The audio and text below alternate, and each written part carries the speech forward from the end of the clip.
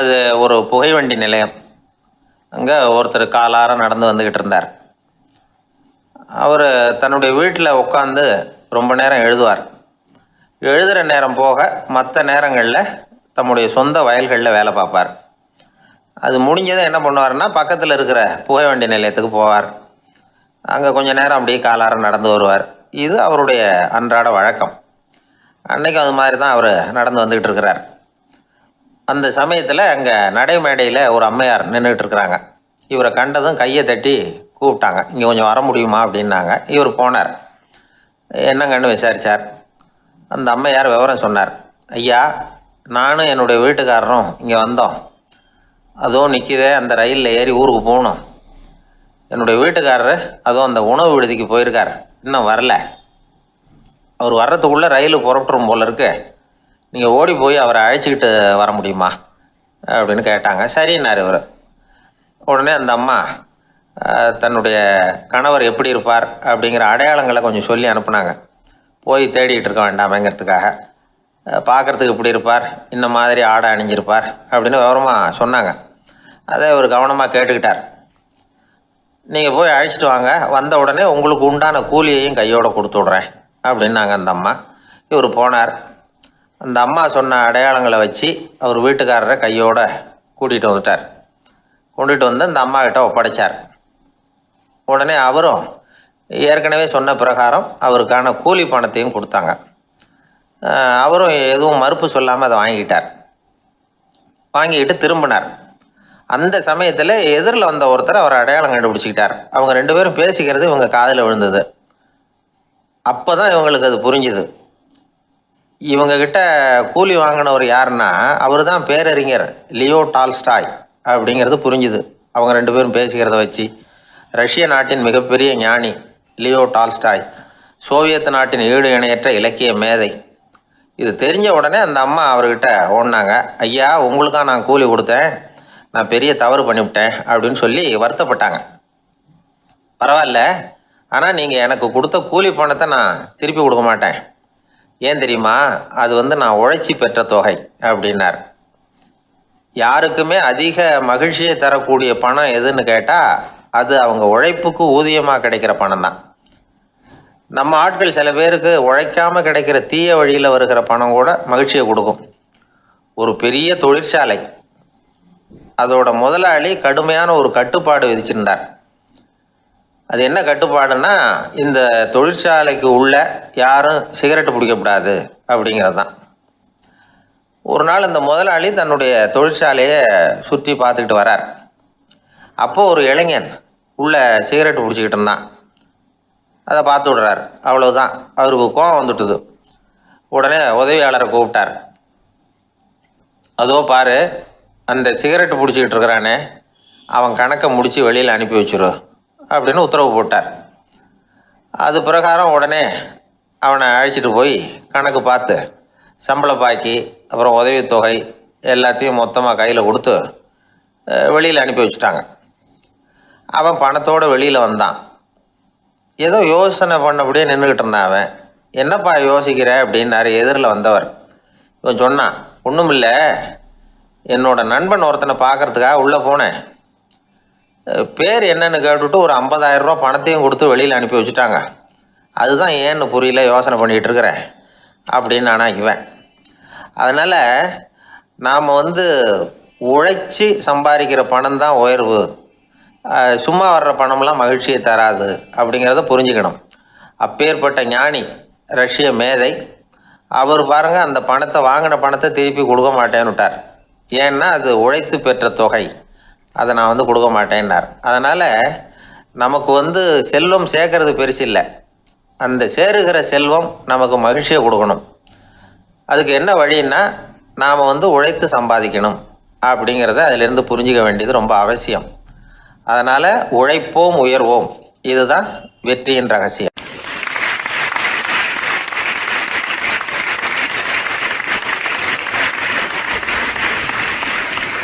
அந்த காலத்துல எல்லாம் படிக்கிறதுங்கிறது எப்படி தெரியுமா, குருகுல வாசம் செஞ்சு படிக்கணும். ஆசிரியருங்கிறவர் ஆசிரமத்தில் இருப்பார். அங்கே போய் அவருக்கு தொண்டுகள் செய்யணும், துணிகள்லாம் துவைச்சி போடணும், தூங்கும்போது காலை பிடிச்சி விடணும். புழுக்கமாக இருந்தால் விசிறி மட்டை எடுத்து விசிறணும். அப்படியே அப்பப்போ அவர் சொல்லிக் கொடுக்குற பாடத்தையும் கற்றுக்கணும். அவர் சொல்லிக் கொடுக்குற பாடங்களை ஓலைச்சுவடிகளில் எழுதிக்கணும். இதுதான் குருகுல வாசம்ங்கிறது. இப்போ மாதிரிலாம் கிடையாது. ஆக குருகுல வாசம்ங்கிறது மனசையும் பண்படுத்தும், அறிவையும் பண்படுத்தும். அப்படி ஒரு பயிற்சி அது. அந்த காலத்தில் பஞ்சபாண்டவர்கள் ஒரு குருகுலத்தில் படிக்க போனாங்களாம். ஏற்கனவே அங்கே ஒரு 15 பேர் இருந்திருக்கிறாங்க. இவங்களையும் சேர்த்து மொத்தம் 20 பேர். எல்லாரும் ரொம்ப ஆர்வத்தோடு அங்கே தங்கி படிச்சுக்கிட்டு இருக்கிறாங்க. 2 வருஷம் ஓடி போச்சு. எல்லாரும் ஊருக்கு திரும்ப வேண்டிய நேரம். ஆசிரியர் ஒவ்வொருத்தராக கூப்பிட்டார். இது வரைக்கும் என்ன கற்றுக்கிட்ட அப்படின்னு கேட்டார். அவங்க தாங்கள் எழுதி வச்சுருந்ததை சொன்னாங்க, கற்றுக்கிட்டதை சொன்னாங்க. அங்கே படிக்க வந்தவங்க எல்லாருமே புத்திசாலிகள். அது மட்டும் இல்லை, பல பேர் அரச குடும்பத்தை சேர்ந்தவங்க, இளவரசர்களாக வேற இருக்கிறவங்க. அதனால் அவங்கக்கிட்ட அபாரமான கல்வி அறிவை எதிர்பார்த்தார்.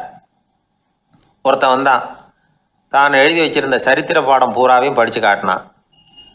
இன்னொருத்தன் வந்தான், தான் எழுதி வச்சிருந்த பூகோள பாடம் பூராவையும் படித்து காட்டினான். இப்படி ஒவ்வொருத்தராக வந்து அவங்க படித்தது என்னங்கிறத படித்து காட்டிவிட்டு போனாங்க.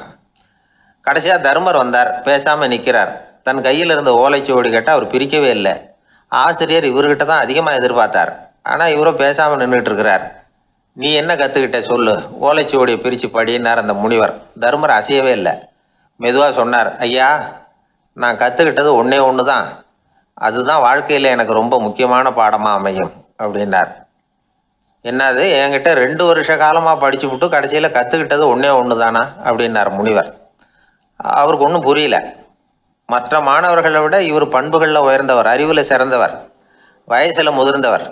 இவரே இப்படி சொன்னால் மற்றவங்க நிலைமை என்னத்துக்கு ஆறுது?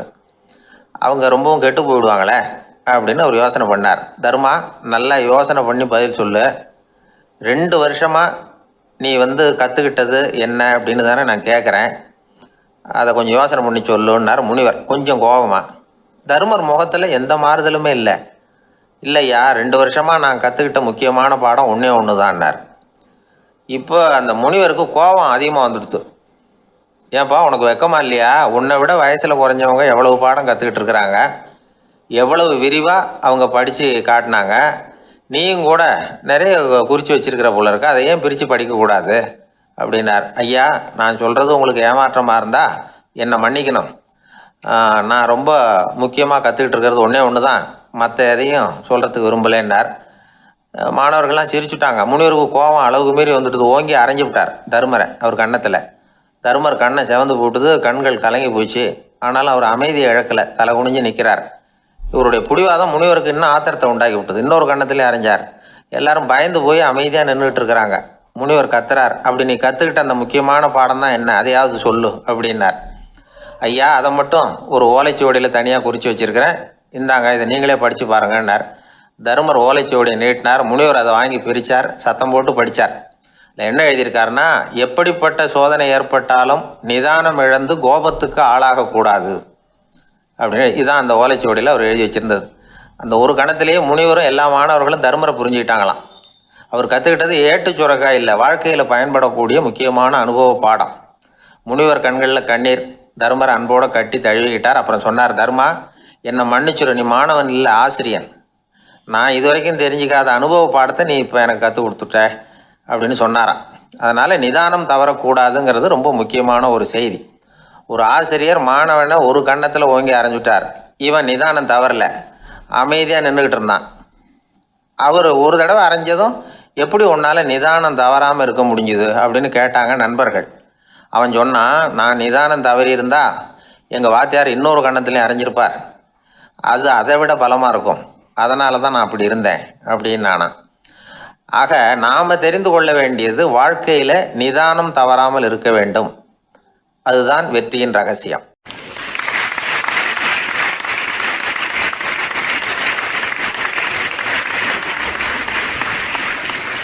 ஒரு ஆள் அசையாமல் கிடக்கிறார். அவர் இருக்காரா போயிட்டாராங்கிறத எப்படி முடிவு பண்ணுறோம்? அவர் மூக்குக்கு முன்னாடி புறங்கையை வச்சு பார்க்குறோம், மூச்சு வருதா இல்லையா அப்படிங்கிறத கண்டுபிடிக்கிறதுக்காக. மூச்சுங்கிறது அவ்வளவு முக்கியமான ஒரு விஷயம். சுவாசம் இல்லைன்னா எதுவுமே இல்லை. நம்ம பூமி இருக்க அது கூட சுவாசிக்குதுங்கிறத சோவியத் விஞ்ஞானிகள் கண்டுபிடிச்சிருக்கிறாங்க.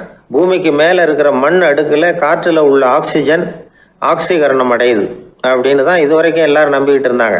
ஆனால் இப்போ என்ன கண்டுபிடிச்சிருக்கிறாங்கன்னா, அந்த ஆக்சிஜன் பூமிக்குள்ளே 1 கிலோமீட்டர் ஆழம் வரைக்கும் ஊடுருவி போகுதான். பூமிக்குள்ளே 2 பக்கமும் பல கிலோமீட்டர் வரைக்கும் பரவுதான். பூமிக்குள்ளே இருக்கிற நீர்நிலை அடுக்குகள் தான் நுரையீரல் செய்கிற வேலையை செய்யுதான். நம்ம உடம்புல நுரையீரல் இல்லைன்னா ஒன்றும் நடக்காது. ஒரு மரத்தை தலைகீழாக தொங்க போட்டால் எப்படி இருக்கும் அப்படி யோசிச்சு பாருங்கள். அப்படி தான் இதுவும் நுரையீரலும் அப்படி தான் இருக்கும். வலது பக்கம் ஒன்று, இடது பக்கம் ஒன்று. வலது பக்கம் நுரையீரல் கொஞ்சம் பெருசாக இருக்கும். நுட்பமான நரம்பு குழாய்கள் அதில் இருக்கும். கோடிக்கணக்கான நுண்ணிய குழாய்களை வச்சுக்கிட்டு தான் அது வேலை செய்யுது. 25 கோடி குழாய்கள் இருக்கும். அதை அப்படியே முழுசாக பிரித்து பரப்புனா ஒரு டென்னிஸ் கோர்ட்டில் பாதி பரப்பளவு இருக்குமா. நுரையீரல் நிறம் கருஞ்சிவப்பு தான். புகை அதிகமாக உள்ளே போச்சுன்னா அது கருப்பாயிடுது. காற்றுல உள்ள பிராணவாயுவை இது இழுத்து எடுத்துக்கிட்டு ரத்தத்தை சுத்தப்படுத்துகிற முக்கியமான வேலையை இது செய்யுது. அசுத்த காற்றை வெளியில் அனுப்பி வச்சுருது. ஒருத்தர் வேகமாக ஓடி வரார், அவருக்கு மூச்சு இறைக்கும். பயங்கரமாக எதையாவது பார்த்து விடுறார், உடனே மூர்ச்சி ஆகிடுவார். இது மாதிரி சமயங்களில் வேறு எந்த தூண்டுதலும் இல்லாமல் நுரையீரல் தானாகவே இயங்கும். இப்படி ஒரு அவசியம் ஏற்படுறப்போ இயக்கத்தை தூண்டி விடுற முக்கியமான இணைப்பு மூளைக்கு கீழே முதுகு எலும்புக்கு மேற்பகுதியில் இருக்குது. அது உடனே சுவாசத்துக்கு அவசர உதவியை கொடுக்குது. இப்போ ஒருத்தர் பேசாமல் உட்காந்துருக்கார். இந்த சமயத்தில் அவருக்கு 1 பங்கு காற்று தேவைப்படுதுன்னு வச்சுக்கோங்க.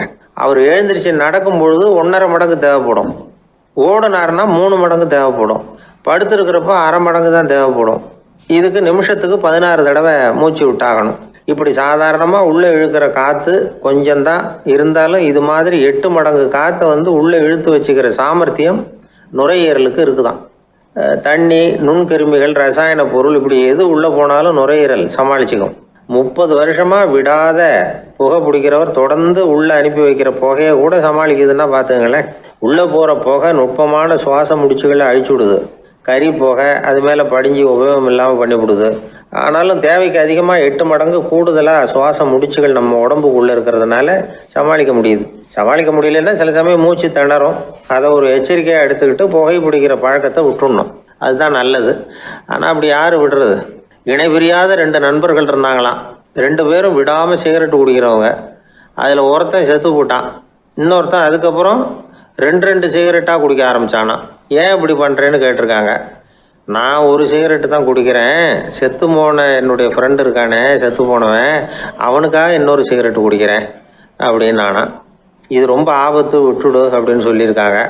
சரின்னு ஒத்துக்கிட்டான். ஆனால் அதுக்கப்புறமும் 1 சிகரெட் வீதமாக குடிச்சிக்கிட்டே இருந்தான். சிகரெட்டு பழக்கத்தை நீ இன்னும் விடலையான்னு கேட்டாங்களாம். அந்த பழக்கத்தை நான் எப்போ விட்டுட்டேன், இப்போ நான் குடிக்கிறது என் ஃப்ரெண்டுக்காக அப்படின்னு நானா. இவங்கெல்லாம் எப்படி திருந்துறது?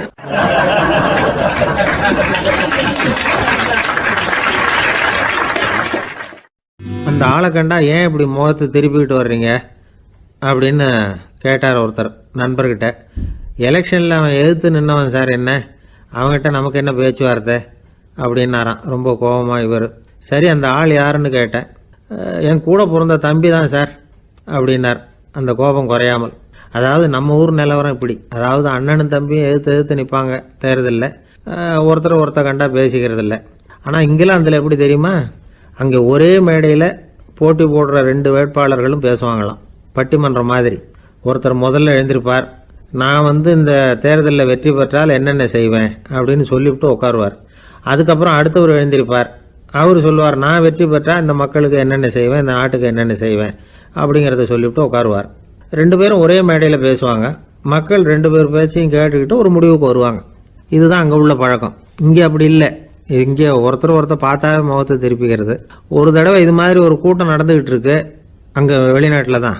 நேரத்துக்கு சரியாக ஒரு வேட்பாளர் சேரலை. இது இங்கிலாந்தில் நடந்த நிகழ்ச்சி. அப்புறம் என்னாச்சுன்னா, ஒருத்தர் வந்துட்டார், இன்னொருத்தர் சேரலை.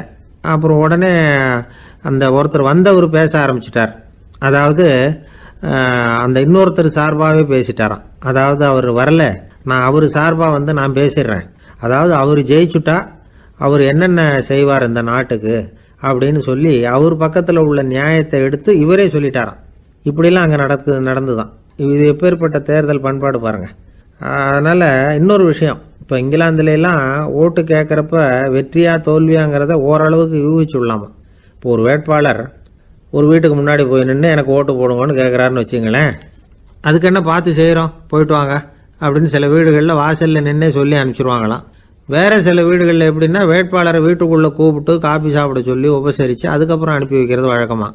இதில் எந்த வீட்டு ஓட்டு நிச்சயம் தெரியுமா? வாசலில் நின்னே வழி அனுப்பி வச்சுட்றாங்க பாருங்கள், அவங்க ஓட்டு நிச்சயம். உள்ளே கூப்பிட்டு காப்பி கொடுத்து அனுப்புகிறாங்க பாருங்கள், அவங்க ஓட்டு நிச்சயம் இல்லையா? சரி, அப்புறம் ஏன் அந்த உபசரிப்பு அப்படின்னு கேட்டால் அதுக்கு ஒரு காரணத்தை சொல்கிறாங்க. அதாவது அது ஒரு அனுதாபத்தை தெரிவிக்கிற முறையாம். ஐயோ பாவம், நாம் இவருக்கு ஓட்டு தான் போட போகிறதில்ல, எதையாவது செய்வோம், காப்பியாவது சாப்பிட்டு போட்டோம் அப்படிங்கிற எண்ணமா. இப்படி அந்த ஒரு பழக்கம். ஆக அந்த ஊரில் நிறைய காப்பி சாப்பிட்ணும்னு ஒருத்தர் ஆசைப்பட்டால் தேர்தலில் தோற்று போகிறதுக்கு தயாராக இருக்கணும். ஒரு சமயம் ஒரு ஊரில் தேர்தல் நடந்துதான். ஒரு தொகுதியில் நின்று தோற்று போன ஒருத்தர் கையில் ஒரு துப்பாக்கியோட ஊருக்குள்ளே சுற்றிக்கிட்டு இருந்தாராம். ஒரு போலீஸ்காரர் அவரை பார்த்துட்டு சந்தேகப்பட்டிருக்கார். அதனால் அவரை தடுத்து நிறுத்தி என்ன இது துப்பாக்கியோட சுற்றுறீங்களேன்னு விசாரிச்சிருக்கார். இதுக்கு அவர் சொன்னாராம், சார், இந்த தொகுதியில் மொத்தம் 1,00,000 வாக்காளர்கள், அதில் எனக்கு 10,000 பேர் மட்டும்தான் எனக்கு ஓட்டு போட்டிருக்கிறாங்க. அப்படின்னா எனக்கு வேண்டாதவங்க இந்த தொகுதியில் 90,000 பேர் இருக்கிறாங்கன்னு அர்த்தம். இப்படி ஒரு சூழ்நிலையில் நான் என்னுடைய பாதுகாப்புக்கு ஆயுதம் இல்லாமல் நடமாடலாமா அப்படின்னு கேட்டாராம். எவ்வளவு எச்சரிக்கை பாருங்கள். நம்ம ஊரில் சில பேர் ஓட்டு கேட்குற விதமே தனி. ஒருத்தர் ரொம்ப சாமர்த்தியமாக ஓட்டு கேட்பாராம். அவர் எப்படின்னா, ஒரு வீட்டுக்கு போகிறாருன்னு வச்சுங்களேன், அந்த நேரம் அந்த வீட்டுக்காரரு என்ன செஞ்சுக்கிட்டு இருக்கிறாரோ அதே வேலையை இவரும் கொஞ்ச நேரம் செய்வாராம், அவருக்கு ஒத்தாசையா. அதுக்கப்புறம் மெதுவாக பேச்சு கொடுப்பார், ஓட்டு கேட்பார், இது மாதிரி எலெக்ஷனில் நிற்கிறேன் கவனிக்கணும்னு. அது மாதிரி ஒரு தடவை அவர் போனப்போ அங்கே அவர் என்ன பண்ணிகிட்டு இருக்காரு, வீட்டுக்கு பின்னாடி மாட்டு கொட்டையில் பால் கறந்துக்கிட்டு இருக்கார் ஒரு பசுமாட்டுக்கிட்ட. அந்த வீட்டில் இவர் ஓட்டு கேட்க போனவர் இவர் ஓடி போய் இன்னொரு சொம்பை எடுத்துக்கிட்டு அதே மாட்டுக்கு இன்னொரு பக்கம் போய் உட்காந்துக்கிட்டு இவரும் பால் கறக்க ஆரம்பிச்சிட்டார். எதிர உட்காந்துட்டு இருக்காரு இவர் இந்த பக்கம் உட்காந்துருக்கார். கீழே கொஞ்சம் குனிஞ்சு பார்த்தா ஒருத்தர் முகத்தை ஒருத்தர் பார்க்கலாம். கொஞ்ச நேரம் ஆனதுக்கப்புறம் இவர் மெதுவாக அவர்கிட்ட பேச்சு கொடுத்தாராம்.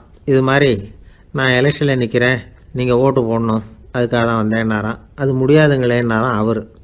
ஏன்னு கேட்டிருக்கார்.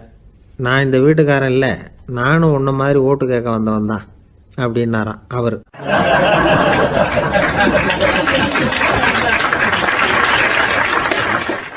வாய் விட்டு சிரிச்சா நோய் விட்டு போகும் அப்படின்னு சொல்றது உண்டு.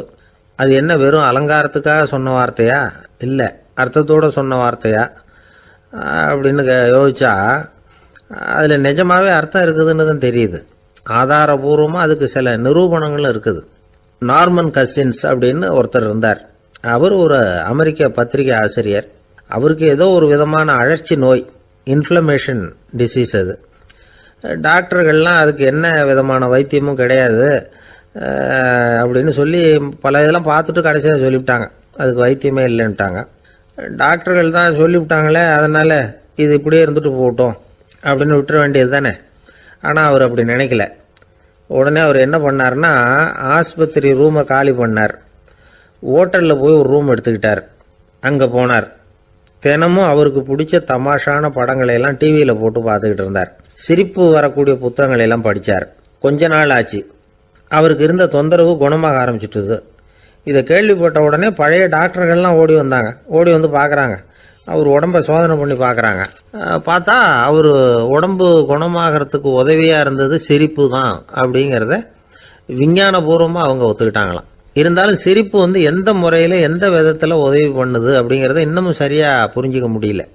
ஆனாலும் ஒரு சில விஷயங்கள் மட்டும் புரியுது. அது என்னன்னா, சிரிப்பு சுவாசத்தை மேம்படுத்துது, ரத்த அழுத்தத்தை குறைக்குது, உடம்பு குணமாகறதுக்கே உரிய சில ஹார்மோன்கள் அதிகமாக உருவாகி வர்றதுக்கு வழி செய்யுது. இந்த அளவுக்கு தான் சிரிப்போட செயல்பாட்டை நாம் புரிஞ்சிக்க முடியுது. இருந்தாலும் இதை பற்றி கண்டுபிடிக்க வேண்டியது இன்னமும் ஏராளமாக இருக்குது. அதையெல்லாம் விவரமாக கண்டுபிடிக்கிற வரைக்கும் நாம் காத்துக்கிட்டு இருக்க வேண்டியதில்லை. இப்போவே தாராளமாக சிரிக்கலாம். அதில் என்னத்துக்கு சிக்கணும், காசா பணமா? சிரிப்புன்னா ஹாஹான்னு சத்தம் போட்டு சிரிச்சாதான் உடம்புக்கு நல்லதுன்னு இல்லை. லேசான புன்னகை கூட உடம்புக்கு நல்லது செய்யுமா.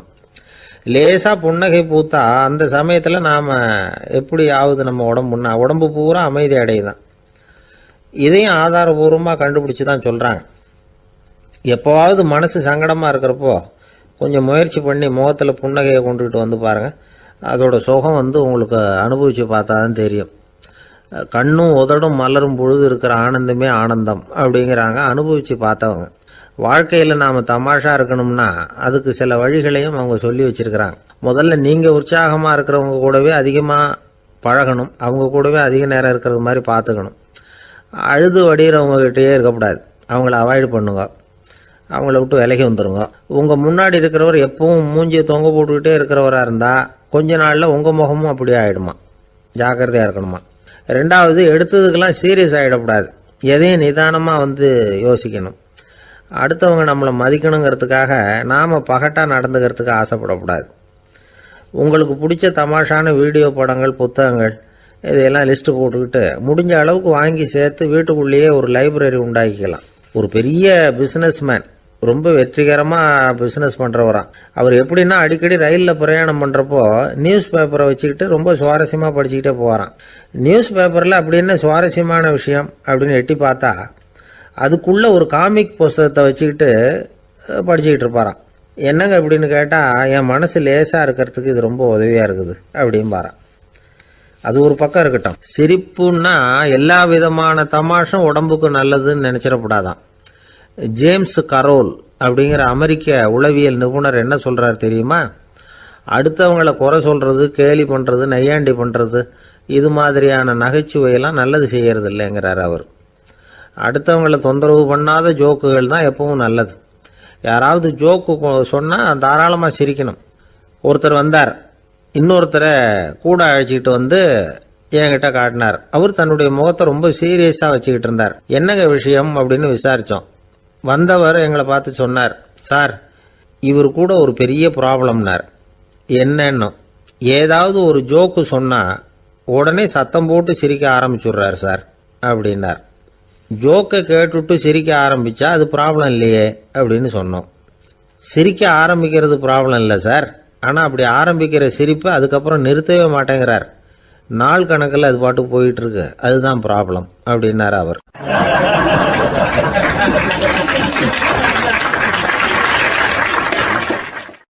ஒரே ஒரு ஊரில் ஒரு ராஜா இருந்தாராம். அவர் நிறைய சம்பாதிக்கணும்னு திட்டம் போட்டார். தனக்காக சம்பாதிக்கணும்னு நினைக்கல, தன்னுடைய நாட்டுக்காக சம்பாதிக்கணும் அப்படின்னு நினைச்சார். அரசாங்க கருவூலத்தில் கையிருப்பு குறைச்சலாக இருந்தது. மக்கள்கிட்ட வரி விதிச்சாகணும், வேற வழி இல்லை. ஆனாலும் அந்த ராஜா மக்கள் கஷ்டப்படக்கூடாது அப்படின்னு நினைக்கிறவர். மக்கள் வரியையும் கட்டணும், அதே நேரத்தில் அவங்க சிரமப்படவும் கூடாது.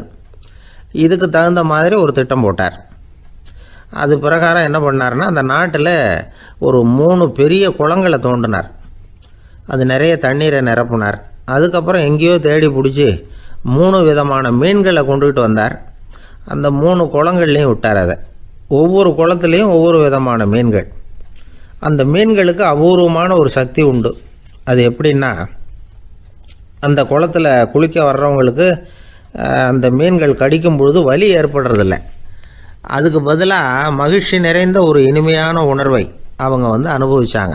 அது எப்படின்னா, இந்த முதல் குளத்தில் இருந்த மீன்களால் கடிக்கப்படும் பொழுது ஒரு விதமான இன்ப மயக்கத்தில் திளைச்சிருக்கிறது மாதிரி உணர்வு.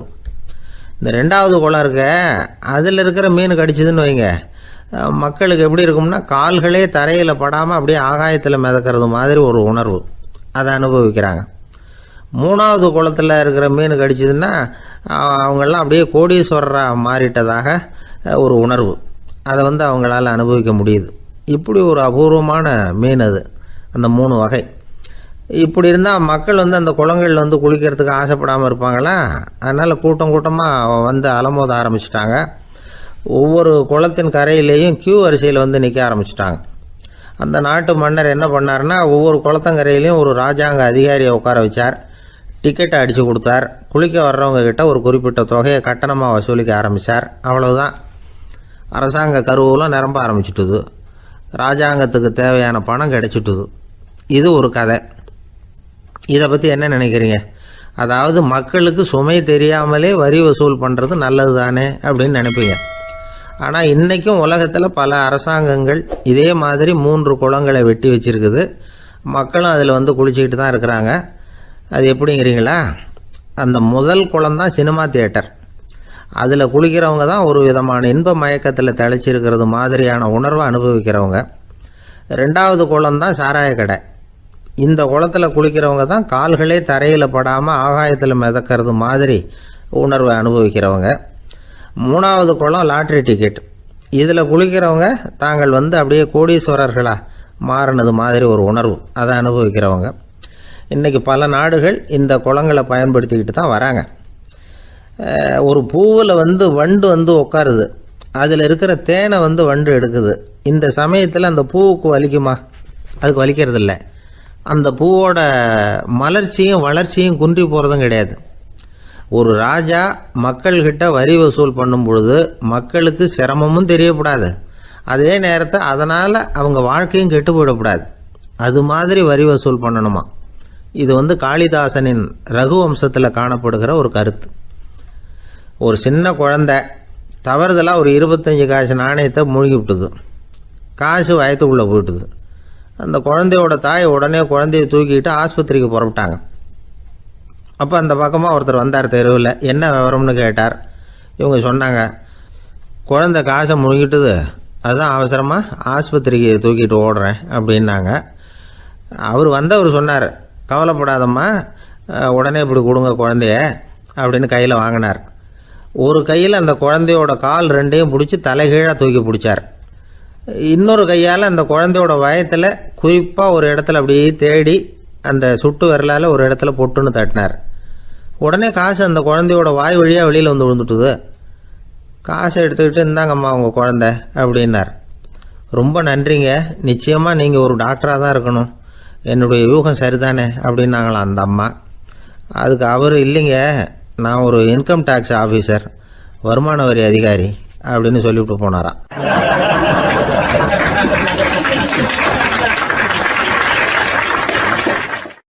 ஒரு ஊரில் ஒரு மன்னர் இருந்தார். அவர் பக்கத்து தேசத்து மேலே படையெடுக்கணும்னு நினச்சிக்கிட்டு இருந்தார். அதையும் தன்னுடைய நாட்டோட சேர்த்துக்கணுங்கிற ஆசை. எப்போ படையெடுக்கலாம்னு யோசிச்சுக்கிட்டு இருந்தார். இப்படி யோசிச்சுக்கிட்டு இருந்த சமயத்தில் ஒரு பெரியவர் அவரை தேடிட்டு வந்தார். அவர் அடிக்கடி வருவார், அவர்கிட்ட பேசிக்கிட்டு இருப்பார். இப்போவும் அப்படி தான் வந்தார். என்ன மன்னா யோசனைன்னாரு. இவர் தன்னுடைய யோசனையை சொன்னார். இந்த சமயத்தில் மன்னருக்கு தாகம் எடுத்தது, தண்ணி குடிக்கணும் போல இருந்தது. உடனே அங்கே இருந்த ஒரு அரண்மனை பணியாளரை கூப்பிட்டார். போய் கொஞ்சம் தண்ணி கொண்டு வாப்பா அப்படின்னார். அந்த பணியாளர் போனார், ஒரு கோலையில் தண்ணி கொண்டு வந்தார். ராஜா கிட்ட நீட்டினார். ராஜா அதை வாங்கி குடிக்கிறதுக்காக வாயிட்ட கொண்டுட்டு போனார். அந்த நேரம் பார்த்து, மன்னா கொஞ்சம் பொறுங்கன்னார் இந்த பெரியவர். ஆவலோட குடிக்க போன மன்னர் அப்படியே நிறுத்திக்கிட்டு பெரியவரை பார்த்தார். இப்போ அந்த பெரியவர் சொன்னார், மன்னா, இப்போ உங்களை விட வலிமை உள்ள ஒரு சக்தி உங்களுக்கு தண்ணி கொடுக்க மறுத்துடுதுன்னு வைங்க, உங்களை குடிக்க விடாமல் தடுத்துடுது அப்படின்னா, இப்போ இந்த ஒரு கோவலை தண்ணீரை என்ன விலை கொடுத்து வாங்குவீங்க அப்படின்னு கேட்டார். இப்போ எனக்கு இருக்கிற தாகத்துக்கு என்னுடைய அரசாங்கத்தில் பாதியையாவது கொடுத்து இந்த தண்ணியை வாங்கிறதுக்கு தயங்க மாட்டேன்னார் அவர். சரி, இப்போ அந்த தண்ணியை குடிங்கன்னார் பெரியவர். மன்னர் ஆவலோடு அந்த தண்ணியை குடித்து முடித்தார். அதுக்கப்புறம் கொஞ்ச நேரம் தன்னுடைய படையெடுப்பை பற்றி சொல்லிக்கிட்டு இருந்தார். கொஞ்ச நேரம் கழித்து மறுபடியும் இந்த பெரியவர் கேட்டார், மன்னா, இப்போ நீங்கள் ஒரு கோவலை தண்ணீரை குடித்து முடிச்சுட்டீங்க. இப்போ அந்த தண்ணீர் உங்கள் உடம்பை விட்டு வெளியில் வரக்கூடிய பாதை அடைபட்டு போச்சு அப்படின்னு வச்சுங்க, அதை வெளியேற்றுவதற்காக நீங்கள் எவ்வளவு செலவழிப்பீங்க அப்படின்னு கேட்டார். மன்னர் யோசனை பண்ணார். அப்படி ஒரு நிலைமை ஏற்பட்டு போச்சுன்னா என்னுடைய அரசாங்கம் பூராவையும் அதுக்கு ஈடாக தர்றதுக்கு கூட தயங்க மாட்டேன்னார். இப்போ அந்த பெரியவர் சொன்னார், எந்த அரசாங்கத்தின் மதிப்பு ஒரு கோவலை தண்ணீர் அளவுக்கு கூட இல்லையோ அந்த அரசாங்கத்தை அடையணுங்கிற பேராசையில் மனிதர்கள் தங்களுடைய சகோதரர்கள் கூடவே சண்டை போட்டுக்கிறாங்களே, அதில் ஏதாவது அர்த்தம் இருக்குதா அப்படின்னாராம். மன்னருக்கு இப்போ தான் அர்த்தம் புரிஞ்சுதான். மனசில் தெளிவு உண்டாச்சு. தன் மனசுக்குள்ளே உண்டான வெறியை விரட்டி அடிச்சு விட்டார். அதுக்கப்புறம் நிம்மதியாக ஆட்சி புரிஞ்சார். இப்படி ஒரு கதை. உயிருக்கு என்ன விலை கொஞ்சம் யோசனை பண்ணி பாருங்கள். ஆனால் அது இப்போ எவ்வளோ மலிவாக போயிட்டுது, அதையும் யோசனை பண்ணி பாருங்களேன். ஆசை பேராசையாக மாறுது, அப்புறம் அது வெறியாக ஆகுது, அதுக்கப்புறம் பைத்தியம் முடியுது. இந்த காலத்து மனிதர்களுக்கு 2 விதமான பைத்தியம் பிடிச்சிருக்கிறதாக ஒரு பெரியவர் சொல்கிறார். ஒன்று பணம், இன்னொன்று அதிகாரம். இதெல்லாம் எவ்வளவு காலத்துக்கு நீடிக்கும்? ஒரு சர்வாதிகார நாட்டில் 3 பேர் ஜெயிலில் இருட்டு அறையில் பேசிக்கிட்டு இருக்கிறாங்க. நீ எப்படி இந்த ஜெயிலுக்கு வந்த அப்படின்னு ஒருத்தர் கேட்டாராம். இந்த நாட்டு ராஜாவை ஆதரித்து நான் பிரச்சாரம் பண்ணினேன், அதனால் கூட்டத்தில் தகராறு வந்துட்டுது, கலவரமாக போச்சு, அதுக்கு நான் தான் காரணம்னு அரெஸ்ட் பண்ணி இங்கே கொண்டாந்து போட்டாங்க அப்படின்னாராம் அவர். சரி, நீ எப்படி இங்கே வந்த அப்படின்னு இன்னொருத்தரை பார்த்து கேட்டிருக்கார். நான் இந்த நாட்டு ராஜாவை எதிர்த்து பிரச்சாரம் பண்ணேன், அதனால் கலவரம், அரெஸ்ட் பண்ணி கொண்டாந்து போட்டாங்கன்னார். சரிப்பா, நீ எப்படி அங்கே வந்த அப்படின்னு மூணாவது ஆளை பார்த்து இவங்க கேட்டாங்களாம். இதுக்கு அந்த ஆள் மெதுவாக வெளிச்சத்துக்கு வந்து, நான் தான் இந்த நாட்டு ராஜா அப்படின்னாராம்.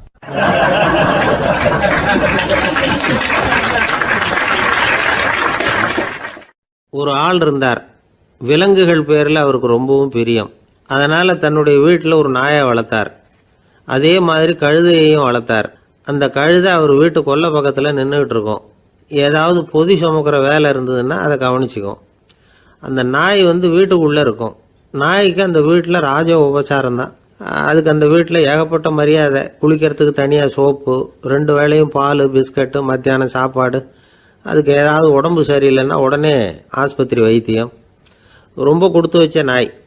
அந்த வீட்டு தலைவர் வெளியில் அப்படியே நடைப்பயிற்சி போனால் கூடவே இதுவும் போகும். அவர் மட்டும் தனியாக எங்கேயாவது வெளியில் போயிட்டு வந்தால் வீட்டுக்கு வந்த உடனே அந்த நாய் அவர்கிட்ட ஓடி வரும். அப்படியே எழும்பி முன்னங்கால் 2ஐயும் அவர் தோள் மேலே போட்டுக்கும். அவர் சிரிச்சுக்கிட்டே தலையில் செல்லமாக தட்டுவார். அவர் ஈசி சேரில் சாஞ்சிக்கிட்டு டிவி பார்ப்பார், பேப்பர் படிப்பார். அப்போலாம் அந்த நாய் அவருடைய காலடியில் படுத்துக்கும். அப்போ கூட அவர் தலையை செல்லமாக தடவி கொடுப்பார். அந்த நாய் படுக்கிறதுக்குன்னே ஒரு மெத்தை, சில சமயம் அது அங்கே இருக்கிற மேஜை நாற்காலி மேலே கூட ஏறி விளையாடும், சோபாவில் ஏறி உட்காந்துக்கும். இவ்வளவு செல்வாக்காக வளர்ந்தது அந்த நாய். இதையெல்லாம் அந்த கழுதை பார்த்துக்கிட்டே இருக்குது கொல்லை பக்கத்தில் இருந்து. பார்த்துட்டு அது யோசிக்க ஆரம்பிச்சுதான், என்ன இது, இந்த வீட்டில் நாம தான் கழுதையாக உழைக்கிறோம், பொதி சுமக்கிறோம், நமக்கு ஒரு நல்ல சாப்பாடு கிடையாது, படுக்கை கிடையாது, ஒரு நாளாவது நம்ம தலையையோ முதுகையோ தடவி கொடுத்தது கிடையாது. ஆனால் அந்த நாய் இந்த வீட்டுக்காக ஒரு துரும்ப கூட அசைச்சதில்லை.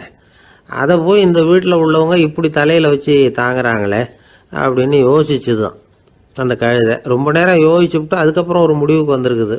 சரி, இனிமேல் நாமளும் அந்த நாய் மாதிரியே நடந்து பார்ப்போம், அது மாதிரியே பிஹேவ் பண்ணுவோம், அப்போவாவது நமக்கும் அந்த மரியாதை கிடைக்குதா பார்க்கலாம் அப்படின்னு ஒரு திட்டம் போட்டுது மனசுக்குள்ள. உடனே அந்த திட்டத்தை செயல்படுத்தவும் ஆரம்பிச்சது. அதாவது அந்த வீட்டில் அந்த நாய் என்னென்ன செய்யுதோ அதையெல்லாம் இதுவும் செய்ய ஆரம்பிச்சுட்டுது. அந்த வீட்டு எஜமான் எங்கேயோ வெளியில் சுற்றிவிட்டு ரொம்ப அசந்து போய் வீட்டுக்கு திரும்பி வந்துக்கிட்டு இருந்தான். உடனே இந்த கழுதை என்ன பண்ணுச்சு தெரியுமா, அவங்ககிட்ட ஓடி போச்சு. ஓடி போய் அந்த நாய் என்ன பண்ணுமோ அது மாதிரியே பண்ணிச்சு. அதாவது அந்த ஆள் தோள் மேலே தன்னுடைய முன்னங்கால் 2ஐயும் தூக்கி போட்டுவிடுது. அந்த ஆள் பயந்து போயிட்டான். அவனுக்கு ஒன்றும் புரியல, இது ஏன் இப்படி பண்ணுதுன்னு கொஞ்சம் ஒதுங்கி நின்னான். இது அவனை சுற்றி சுற்றி வருது, நாய் மாதிரி வாழை ஆட்டிக்கிட்டே சுற்றி சுற்றி வருது கழுதை. அவன் கிடுகிடுன்னு வீட்டுக்குள்ளே ஓடினான். இதுவும் பின்னாடியே ஓடிச்சு. அங்கே போய் நாய் மாதிரியே மேஜை நாற்காலி மேலே ஏறி குதித்து விளையாட ஆரம்பிச்சுட்டுது. சோபாவில் ஏறி உட்காருது. மேஜையில் இருந்த சாமான்லாம் கீழே விழுந்து உடையுது. கழுதை மேஜை மேலே ஏறி குதிச்சா என்னத்துக்கு ஆகும்? அந்த ஆள் பார்த்தான், சரி இந்த கழுதைக்கு என்னமோ ஆயிட்டுது அப்படின்னு முடிவு பண்ணான். ஒரு நல்ல கயிறாக பார்த்து கொண்டான்னா அது கால்லையும் கழுத்துலையும் கட்டினான். தரன்னு இழுத்துட்டு போனான். அடித்து கொல்லை பக்கத்தில் கட்டி போட்டுட்டான். அண்ணன் ஆகாரம் எதுவுமே கொடுக்கல, பட்னி போட்டுட்டான். இப்போ அந்த கழுதை யோசனை பண்ணி பார்க்குதான், என்ன இது, நம்ம எஜமானுக்கு இன்னைக்கு என்ன ஆயிட்டுது இப்படி? அந்த நாய் பழகிறது மாதிரி தானே நாமளும் பழகணும். ஆனால் இந்த மனுஷன் நாயை அடிக்கலை, ஆனால் நம்மளை அடிக்கிறான், இப்படி கொண்டாந்து கட்டி போட்டானே, என்ன காரணமாக இருக்கும் அப்படின்னு யோசனை பண்ண ஆரம்பிச்சுட்டு தான் அந்த கழுதை. எதுக்கு இந்த கதைன்னா, இது மாதிரியே நாம கூட சில சமயம் யோசிக்கிறது உண்டாம். இயல்புலேருந்து மாறி நடக்க ஆரம்பிச்சிட்டோம்னா பல சமயங்களில் இப்படி யோசிக்கிறது மாதிரி தான் ஆகிடும். அதனால தான் ஒரு மனுஷன் எப்படி நடந்துக்கணுமோ அப்படி நடந்துக்கிட்டாதான் நமக்கு மரியாதை. வெறி நாய் கடிச்சுட்டா மனுஷன் அது மாதிரியே ஆகிடுறான் பார்த்தீங்களா, அவனோட இயல்பு மாறி போடுது. ஒருத்தனை பார்த்து இன்னொருத்தன் கேட்டானா, வெறி நாய் ஒன்று உன்னை கடிச்சுட்டா நீ என்ன பண்ணுவே அப்படின்னு கேட்டிருக்கான். நான் உடனே பேப்பரும் பேனாவும் கேட்பேன் நானா இவன். ஏன் உயில் எழுதுறதுக்கான்னு கேட்டிருக்கான் அவன். இல்லை, நான் யாரையெல்லாம் கடிக்கணும்னு ஒரு லிஸ்ட் தயார் பண்ணணும்ல, அதுக்காக அப்படின்னு நானும்.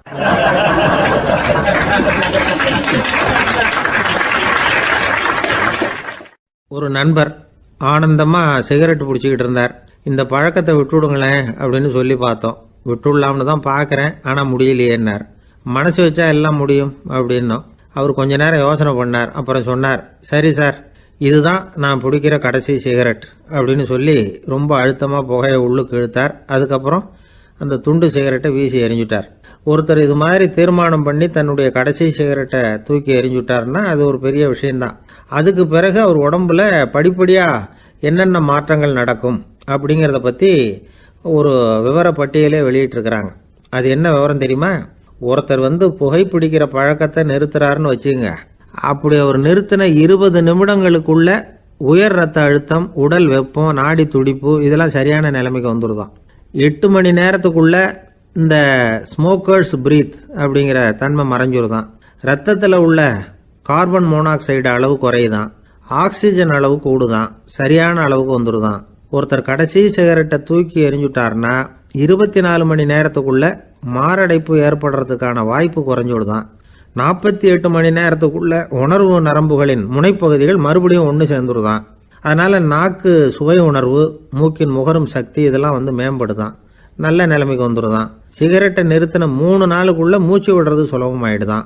இப்படி அவங்க பட்டியல் நிறைய சொல்றாங்க. 2 அல்லது 3 மாசத்துக்குள்ள என்ன ஆகும் தெரியுமா? ரத்த ஓட்டம் மேம்படுது, நடக்கிறது சுலபமாயிடுது. நுரையீரல் கொள்ளளவு 30% அதிகரிக்குது. 1லிருந்து 9 மாசத்துக்குள்ள சுவாச குறைபாடுகள் நீங்குது.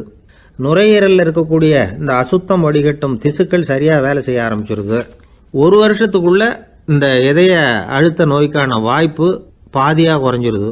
இந்த சிகரெட்டை நிறுத்தின 5 வருஷத்துக்குள்ள ஒரு நாளைக்கு 1 பாக்கெட் சிகரெட் பிடிக்கிறவர்களில் நுரையீரல் புற்றுநோயினால சாகிறவர்கள் எண்ணிக்கை பாதியா குறைஞ்சிருது. புற்றுநோய் செல்கள் சீரமைக்கப்படுது. ஆக ஒருத்தர் புகைக்கிறத விட்டுணும்னு தீர்மானம் பண்ணி தன் கையில் இருக்கிற சிகரெட்டை இதுதான் கடைசின்னு சொல்லி தூக்கி எறிஞ்சுட்டா அதுக்கப்புறம் படிப்படியா இவ்வளவு நன்மைகளும் மாற்றங்களும் ஏற்படுறதாக இந்த அமெரிக்கன் கேன்சர் சொசைட்டி தெரிவிச்சிருக்குது. அதனால புகைப்பழக்கம் உள்ளவங்க இதையெல்லாம் கொஞ்சம் யோசிச்சு பார்த்து அந்த பழக்கத்தை விட்டு விடுறது ரொம்ப நல்லது. ஆனால் அதையெல்லாம் நாம சொன்னா யாரு கேட்கறாங்க?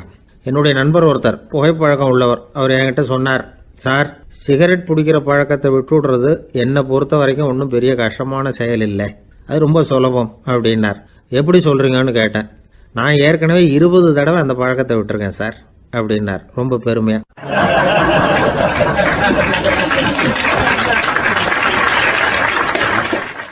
குடும்பத்தில் அப்படிலாம் இருந்து சமாளிக்கிறாங்க. குடும்பத்தில் ஒருத்தர் அனுசரிப்பு தன்மைங்கிறது ரொம்ப அவசியம். கணவன் மனைவின்னா அனுசரித்து போகணும்னு சொல்லுவாங்க. அதாவது ஒரு கணவன் அதுக்காக தான் அந்த காலத்துலலாம் ஒரு வீட்டுக்கு மாப்பிள்ளை தேடுறதுங்கிறது ஒரு பெரிய குடும்பத்தை நிர்வகிக்கிற அளவுக்கு ஒரு கணவனாக வரக்கூடிய எப்படி இருக்கணும் அப்படின்னா, அந்த காலத்தில் புலி வேட்டைக்கு போகணும். ஒரு பொண்ணுக்கு மாப்பிள்ளை தேடுறதுன்னா நம்ம தமிழ் பழக்கம் என்னென்னா, காட்டுக்கு போய் ஒரு புலியை வேட்டையாடிட்டு வரணும். அந்த புலி பல்லு அல்லது நகத்தை கொண்டுட்டு வரணும் அந்த இளைஞன். அதை வீட்டில் கொடுப்பான். அதை தான் கட்டி அதை இதாக கட்டுவாங்க, மாலையாக போடுவாங்க, தாலியாக கட்டுவாங்க. அதாவது வீரம் இருக்கா பையனுக்குன்னு பார்ப்பாங்க. ஒரு பொண்ணு வேணும்னா நீ முதல்ல வீட்டுக்கு பொண்ணு கேட்க போகக்கூடாது, காட்டுக்கு போகணும், போய் புளியை கொண்டு வா, அதுக்கப்புறம் தான் உனக்கு பொண்ணு அப்படின்னு சொல்லுவாங்க.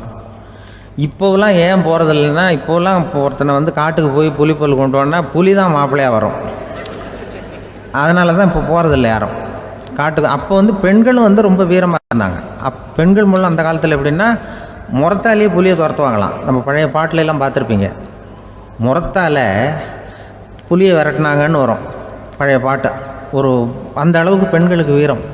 இப்போ கல்யாணம் ஆகி இந்த காலத்தில் ஒரு கணவனை விரட்டிட்டு வந்தாங்களாம் முறத்தை எடுத்துக்கிட்டு. ஒரு மனைவி அவன் பயந்துட்டு வெளில ஓடி வரான், பின்னாடி முறத்தை எடுத்துகிட்டு அந்த அம்மா ஓடி வருது.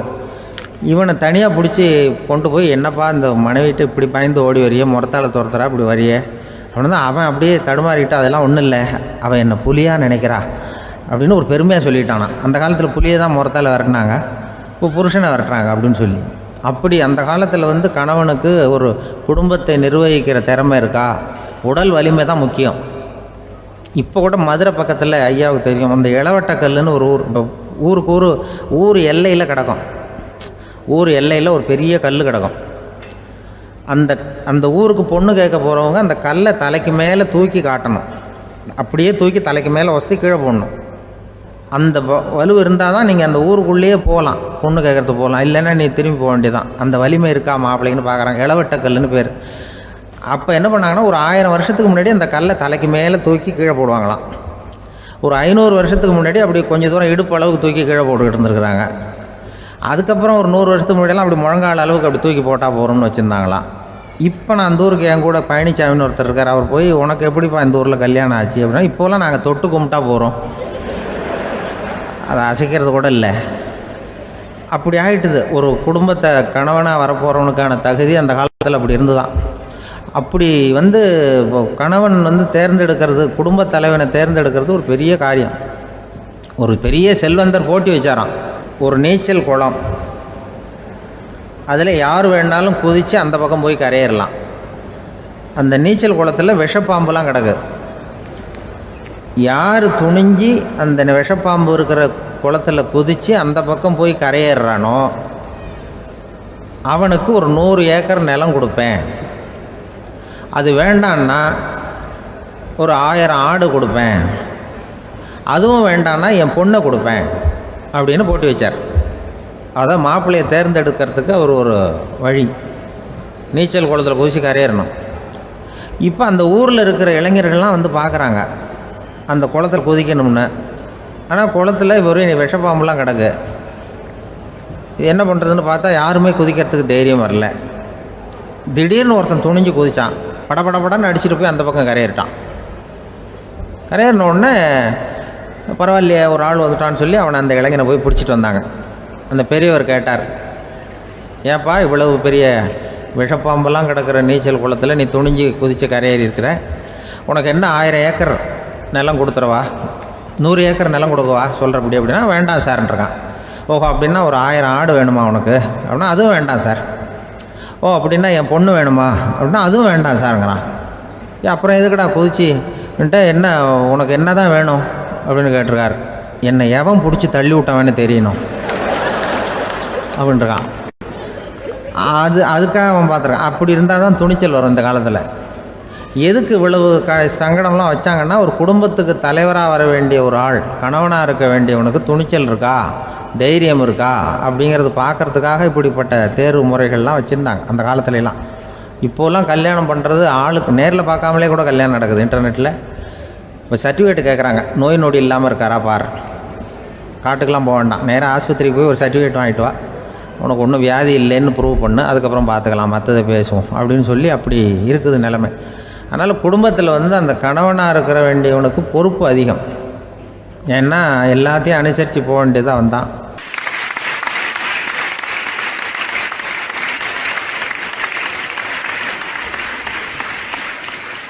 ஒரு குழந்தை பிறந்து தான் ஒரு வீட்டில், அந்த குழந்தைக்கு என்ன பேர் வைக்கிறதுங்கிறது ஒரு தகராறு. இந்த குழந்தைக்கு என்ன பேர் வைக்கிறதுங்கிறதுல தகராறு வந்துடுது. யார், கணவனுக்கும் மனைவிக்கும். அவன் என்ன சொல்கிறான், எங்கள் அப்பா பேரை தான் வைக்கணுங்கிறான் அவன். இந்த அம்மா என்ன சொல்லுது, இல்லை எங்கள் அப்பா பேரை தான் வைக்கணும் அப்படிங்குது. இது காலையிலேருந்து சண்டை, தகராறு. எதிர்த்த வீட்டுக்காரன் பார்த்தான், இது என்ன காலையிலேருந்து எதிர்த்த வீட்டில் தகராறு நடக்குது, என்னென்னு போய் கேட்டிருக்கான். என்னம்மா உங்களுக்கு உள்ள தகராறு, காலையிலேருந்து பார்த்தேன் அப்படின்னா, ஒன்றும் இல்லைம்மா, எங்கள் குழந்தைக்கு பேர் வைக்கிறதுல எங்களுக்கு உள்ளே ஒத்து போக முடியல, நான் எங்கள் அப்பா பேரை வைக்கணுங்கிறேன், அந்த அம்மா அவங்க அப்பா பேரை வைக்கணுங்குது, அதுதான் எங்களால் குடும்பத்தில் ஒரு நிம்மதி இல்லாமல் இருக்கிறோம், தகராறு பண்ணிகிட்ருக்கோம் அப்படின்னு நானா. அப்போ எதிர்த்த வீட்டுக்காரன் சொல்லியிருக்கான், எதிர்த்த வீட்டுக்காரன்னு நான் எதுக்கு இருக்கிறேன், நான் பஞ்சாயத்து பண்ணி வைக்கிறேன், உங்களுக்குள்ள என்ன இது பேர் தானே வைக்கணும், ஏன்ப்பா உங்கள் அப்பா பேர் என்ன அப்படின்னு அவனை கேட்டிருக்கான். எங்கள் அப்பா பேர் சீனிவாசன் அப்படின்ட்டுருக்கான். இந்த அம்மாவை உங்கள் அப்பா பேர் என்னம்மா, கிருஷ்ணன் அப்படின்னு சொல்லி இவன் யோசித்து பார்த்தான். குழந்தைக்கு சீனிவாச கோபாலகிருஷ்ணன்னு பேர் வைங்க போங்க அப்படின்ட்டு போயிட்டான். ஏற்ற தீர்த்து வச்சுட்டு போயிட்டான். போனதுக்கப்புறம் இவங்க 2 பேரும் பேசிக்கிட்டாங்க. சரி, இந்த சீனிவாசன் சரி, கிருஷ்ணன் சரி, நடுவில் கோபாலம் யார் அப்படின்னு சொல்லி அவனை போய் இழுத்துட்டு வந்தான். எழுத்து வீட்டில் போய், அது யார்ரா, அது இங்கே வா, அது யார்ரா கோபாலன், அது எங்கள் அப்பா பேர், நீ அதை மட்டும் எதுக்கு விட்டு வைக்கிற, அதையும் சேர்த்து வச்சுட்டு போடான். அதாவது குடும்பத்தில் ஒரு கணவனும் மனைவியும் ஒரு சின்ன விஷயத்தில் கூட ஒத்து போகலன்னா இப்படி தான் ஏற்று வீட்டுக்காரன் பஞ்சாயத்துக்கு வருவான். கோபாலன்னு குறுக்க வருவான் ஒருத்தன். அப்படி அந்த அனுசரிப்புங்கிறது குடும்பத்தில் ரொம்ப அவசியம். கணவனும் மனைவி அது ஒன்றுக்கு மேலே இந்த கல்யாணம் பண்ணிக்கிறாங்க, அது ரொம்ப அவஸ்தை. ஒருவனுக்கு ஒருத்திங்கிறது நம்ம இதெல்லாம் சொல்கிறது. ஒன்றுக்கு மேற்பட்ட திருமணங்கள் சங்கடத்தில் தான் கொண்டு விடும். நிறைய சொல்லுவாங்க. உலகத்திலேயே ஒரு பெரிய இது என்ன தெரியுங்களா, இயற்கை நிர்ணயம் பண்ணுது. இப்போ வந்து நம்ம சில பேருக்கு எனக்கு பொம்பளை புள்ள வேண்டாம் ஆம்பளை புள்ள வேண்டாம்னு சொல்லி இந்த ஸ்கேன் பண்ணி என்னென்னவோ பண்ணிகிட்டு இருக்கிறாங்கல்ல. ஆனால் இயற்கை வந்து அந்த 50-50 ரேஷியோவை அது வந்து மெயின்டைன் பண்ணிகிட்ருக்கு. இந்த உலகத்தில் ஒரு அதிசயமான உண்மை என்னென்னா 116 ஆம்பளை புள்ள பிறந்தா 100 பொம்பளை புள்ள பிறகுதான். உலக அளவில் 116 ஆம்பளை புள்ள பிறந்தா 100 பொம்பளை புள்ள பிறகுது. இது எதுக்கு 16 அதிகமாக பிறகுதுன்னா அந்த வாலிப வயசு அடையிறதுக்குள்ளே 16 செத்து போகுது. 16 அங்கங்கே ஓடுறது கொஞ்சம் முரட்டத்தனமாக போகிறதுனால செத்து போகுது. அந்த 50-50 இந்த ஒருத்தருக்கு ஒருத்தங்கிற ரேஷியோவை இயற்கை வந்து மெயின்டைன் பண்ணிகிட்டு இருக்கு. அது ஒரு பெரிய அதிசயம். அதை விட பெரிய அதிசயம் என்னென்னா இந்த உலக யுத்தம் நடந்ததில்ல, முதல் உலக யுத்தம், 2வது யுத்தம், அப்போ பார்த்துருக்குறாங்க, கணக்கு எடுத்துருக்குறாங்க. அந்த யுத்தம் முடிஞ்ச பிறகு 116 ஆம்பளை பிள்ளைக்கு பதிலாக 160 170 பிறக்க ஆரம்பிச்சுதான். 100 பெண் குழந்தைக்கு 170 180 ஆண் குழந்தை. இது எதுக்குன்னா அந்த போரில் செத்து போகுதில்ல ஆம்பளை பிள்ளைகள், அதை ஈடுகட்டுறதுக்காக அதிகமாக பிறக்க ஆரம்பிச்சிருக்கு. அந்த அளவுக்கு வந்து இயற்கை வந்து ஒரு பெரிய ரேஷியோவை மெயின்டைன் பண்ணுது. அதாவது ஒருவனுக்கு ஒருத்திங்கிறத அது சொல்லிகிட்டு இருக்கு. புறாவெல்லாம் வளர்த்திங்கன்னா, நான் கூட புறா வளர்த்துருக்குறேன் ஊரில். புறா வளர்த்திங்கன்னா ஒரு தடவைக்கு 2 முட்டை தான் விடும் ஒரு வீட்டுக்கு. அந்த 2 முட்டையும் குஞ்சு பறிச்சுன்னா அதில் ஒன்று வந்து ஆணாக இருக்கும், ஒன்று பொண்ணாக இருக்கும். அது எந்த முட்டை ஆண் எந்த முட்டை பெண்ணுங்கிறத இயற்கை நிர்ணயம் பண்ணுது. அதை வந்து நம்ம மாற்றவே முடியாது. ரெண்டையும் அந்த பெண்ணாவோ 2 ஆணாவோ மாற்ற முடியாது நம்ம. அதனால் அந்த இயற்கையை புரிஞ்சுக்கிட்டு நாம் நடந்துக்கணும். அதனால தான் ஒரு கணவன் ஒரு மனைவி, அதான் ஒருத்தருக்கு ஒருத்தங்கிறது. ஒன்றுக்கு மேலேனா சங்கடம் தான். ஒரு பஸ்ஸில் வந்து ரெண்டு பெண்கள் வந்துக்கிட்டு இருந்தாங்களாம். பஸ்ஸு பிரயாணம். 2 பெண்கள் வந்து பக்கத்தில் உட்காந்துருக்காங்க. அந்த கண்டக்டரை கூப்பிட்ருக்காங்க, இங்கே வாயா அப்படின்னு அந்த ஒரு அம்மா கூப்பிட்ருக்கு. என்னம்மா அப்படின்ட்டுருக்கார். வந்து இந்த ஜன்னலை திறந்து விட்டு போ அப்படின்னு. சரின்னு அதுக்கு பக்கத்தில் இருந்த ஜன்னலை திறந்து விட்டு அவர் போயிட்டார். பக்கத்தில் இருந்தாமா உடனே இங்கே வாயா மறுபடியும் வாயான்னு கூப்பிட்ருக்கு. வந்து என்ன இந்த ஜன்னலை மூடி விட்டு போ அப்படின்ட்டுருக்கு. மூடி விட்டு போனார். மறுபடியும் அந்த முன்னாடி கூப்பிட்டது வாமா வாயான்னு மறுபடியும் கண்டக்டரை கூப்பிட்டு, என்ன இந்த பார், இந்த ஜன்னலை வந்து நீ மூடி வச்சின்னா நான் மூச்சு திணறி செத்து போடுவேன். அப்புறம் உடனே பக்கத்தில் இருந்தம்மா தபாரியா அந்த அம்மா பேச்சை கேட்டுட்டு நீ திறந்து வச்சின்னா நான் குளிர் தாங்காமல் செத்து போடுவேன் அப்படின்ட்டு அவர் தலையை பிச்சுக்கிறார் கண்டக்டர். என்னடா பெரிய ரொம்ப போச்சு, கொஞ்சம் தூரம் பிரயாணம், இதில் கூட அட்ஜஸ்ட் பண்ணி போகக்கூடாதா அப்படின்னு. அப்போ அந்த பஸ்ஸில் பின்னாடி ஒருத்தன் கடைசி சீட்டில் வெயில் தாங்காமல் சட்டையெல்லாம் கட்டி போட்டுட்டு ஒரு கிராமத்து ஆள் பீடி குடிச்சிட்டு வரான். அவர் கூப்பிட்ருக்கான் அந்த ஆள், அந்த கண்டக்டர், இங்கே வாயா அங்கே என்ன தகராறு அப்படின்னு. அந்த எதிர்த்து வீட்டுக்காரன் வந்தானே முன்னாடி பஞ்சாயத்துக்கு, அது மாதிரி கண்டக்டர் இங்கே வாயா, அவன் ஏன் நீ என்ன சொல்ல போகிற அப்படின்ட்டு வந்திருக்கான்.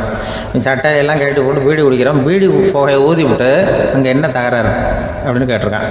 ஒன்றும் இல்லையா, அந்த அம்மா வந்து ஜன்னலை திறந்தா செத்து போவேங்கிறது, இந்த அம்மா ஜன்னலை மூடுனா செத்து போவேங்கிறது, நான் என்னையா பண்ணுறது ஒரு ஆள், இதுக்கு ஏன் கவலைப்படுறேன், நான் சொல்கிறத கேள், நான் தீர்த்து வைக்கிறேன் பிரச்சனையை அப்படின்னு சொல்லிவிட்டு பீடியை எடுத்துவிட்டு புகையை ஊதி விட்டு சொன்னானா, கொஞ்ச நேரம் அந்த ஜன்னலை மூடி வை, அந்த அம்மா செத்து போவோம், அப்புறம் திறந்து வை, இந்த அம்மா செத்து போவோம், நாம் நிம்மதியாக போகலாம் அப்படின்னு சொல்லிட்டு பீடி குடிக்க ஆரம்பிச்சிட்டான். அவருக்கு கோவம் வந்துட்டுது கண்டக்டருக்கு. உனக்கு என்ன நீ பாட்டுக்கு சொல்லிட்டு போடுவ, அந்த 2 அம்மாவும் செத்து போச்சுன்னா அவங்க வீட்டுக்காரனுக்கெல்லாம் யார் பதில் சொல்கிறது அப்படின்னா, கவலையே படாத, 2 பேருக்கும் நான் தான் வீட்டுக்காரன். அதனால தான் அந்த யோசனையை சொன்னேன் அவங்ககிட்ட. அப்புறம் இதுதான் இந்த ஒன்றுக்கு மேலே போச்சுன்னா அது இயற்கைக்கு விரோதம், இப்படிலாம் ஆகும். அதனால தான் அவன் அவ்வளவு ஒன்றுமே வேண்டான்ட்டு கடைசி பெஞ்சு இதில் போய் சீட்டில் உட்காந்துக்கிட்டான். அப்படி அது இயற்கையை புரிஞ்சுக்கிட்டு வாழணுங்கிறது முக்கியம். குடும்பத்தில் வந்து கணவனுடைய பங்கு என்ன, மனைவியினுடைய பங்கு, குழந்தை குட்டிகள்லாம் சொல்லுவாங்க. அப்படி இருக்கணும். கணவன்கிறவனுக்கு நிறைய சகிப்புத்தன்மை தேவைப்படுது. மனித நேயம்ங்கிறத பற்றி சொல்லுவாங்க. மனித நேயம் ஏன்னா ஒரு கணவன் கணவனாக இருக்கணும், மனைவி மனைவியாக இருக்கணும். ஒரு மனுஷன் வந்து இன்றைக்கி வந்து மனிதனாக இல்லை, மனித நேயம் குறைஞ்சி போச்சு, இது குடும்ப உறவுகள்லாம் ரொம்ப மாறி போச்சுன்னு சொல்ல. இப்போ நாகரிகத்தில் அப்படி தான் இருக்குது. ஒரு இதில் ஒருத்தன் என்ன பண்ணியிருக்கிறான், ஒரு சின்ன பையனை கொண்டு வந்தானா, ஒரு சின்ன பையன் பக்கத்தில் இருக்கான். ஒரு பெரியவர் கேட்டிருக்கார், யாரப்பா அந்த பையன் அப்படின்னு கேட்டிருக்கார். இவன் சொன்னான்னா, இந்த பையன் எனக்கு தூரத்து உறவுன்னு இருக்கான். சரி, தூரத்து உறவுன்னா எப்படி அப்படின்னு கேட்டிருக்கான். இந்த பையன் எங்கள் அப்பாவுக்கு 8வது பிள்ளை அப்படின்னானா.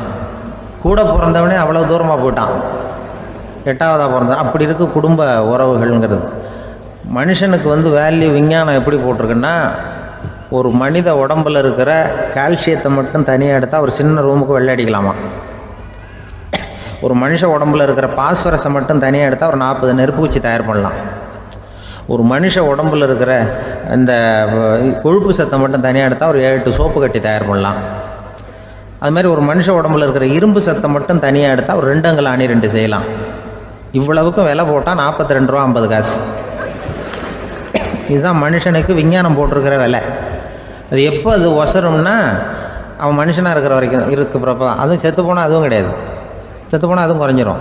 மிருகங்களுக்கெல்லாம் அப்படி இல்லை, செத்ததுக்கு அப்புறம் விலை கூடும். அங்கெல்லாம் எல்லா ஊர்லேயும் பார்த்திங்கன்னா உயிர் கோழி 50 ரூபா, உரிச்ச கோழி 60 ரூபான்னு போட்டிருக்கோம். செத்ததுக்கு அப்புறம் 10 ரூபா அதிகம். மனுஷனை வந்து நீ உயிர் மனுஷன் 42 ரூபா 50 காசு, செத்ததுக்கு அப்புறம் 52 ரூபான்னா நீயே வச்சுக்கிடாது, எனக்கு இது கண்டு போட்டு. அவன் வந்து எப்போ அவனுக்கு வேல்யூ கூடும்னா மனிதனாக வாழும்பொழுது தான் வேல்யூ கூடும்.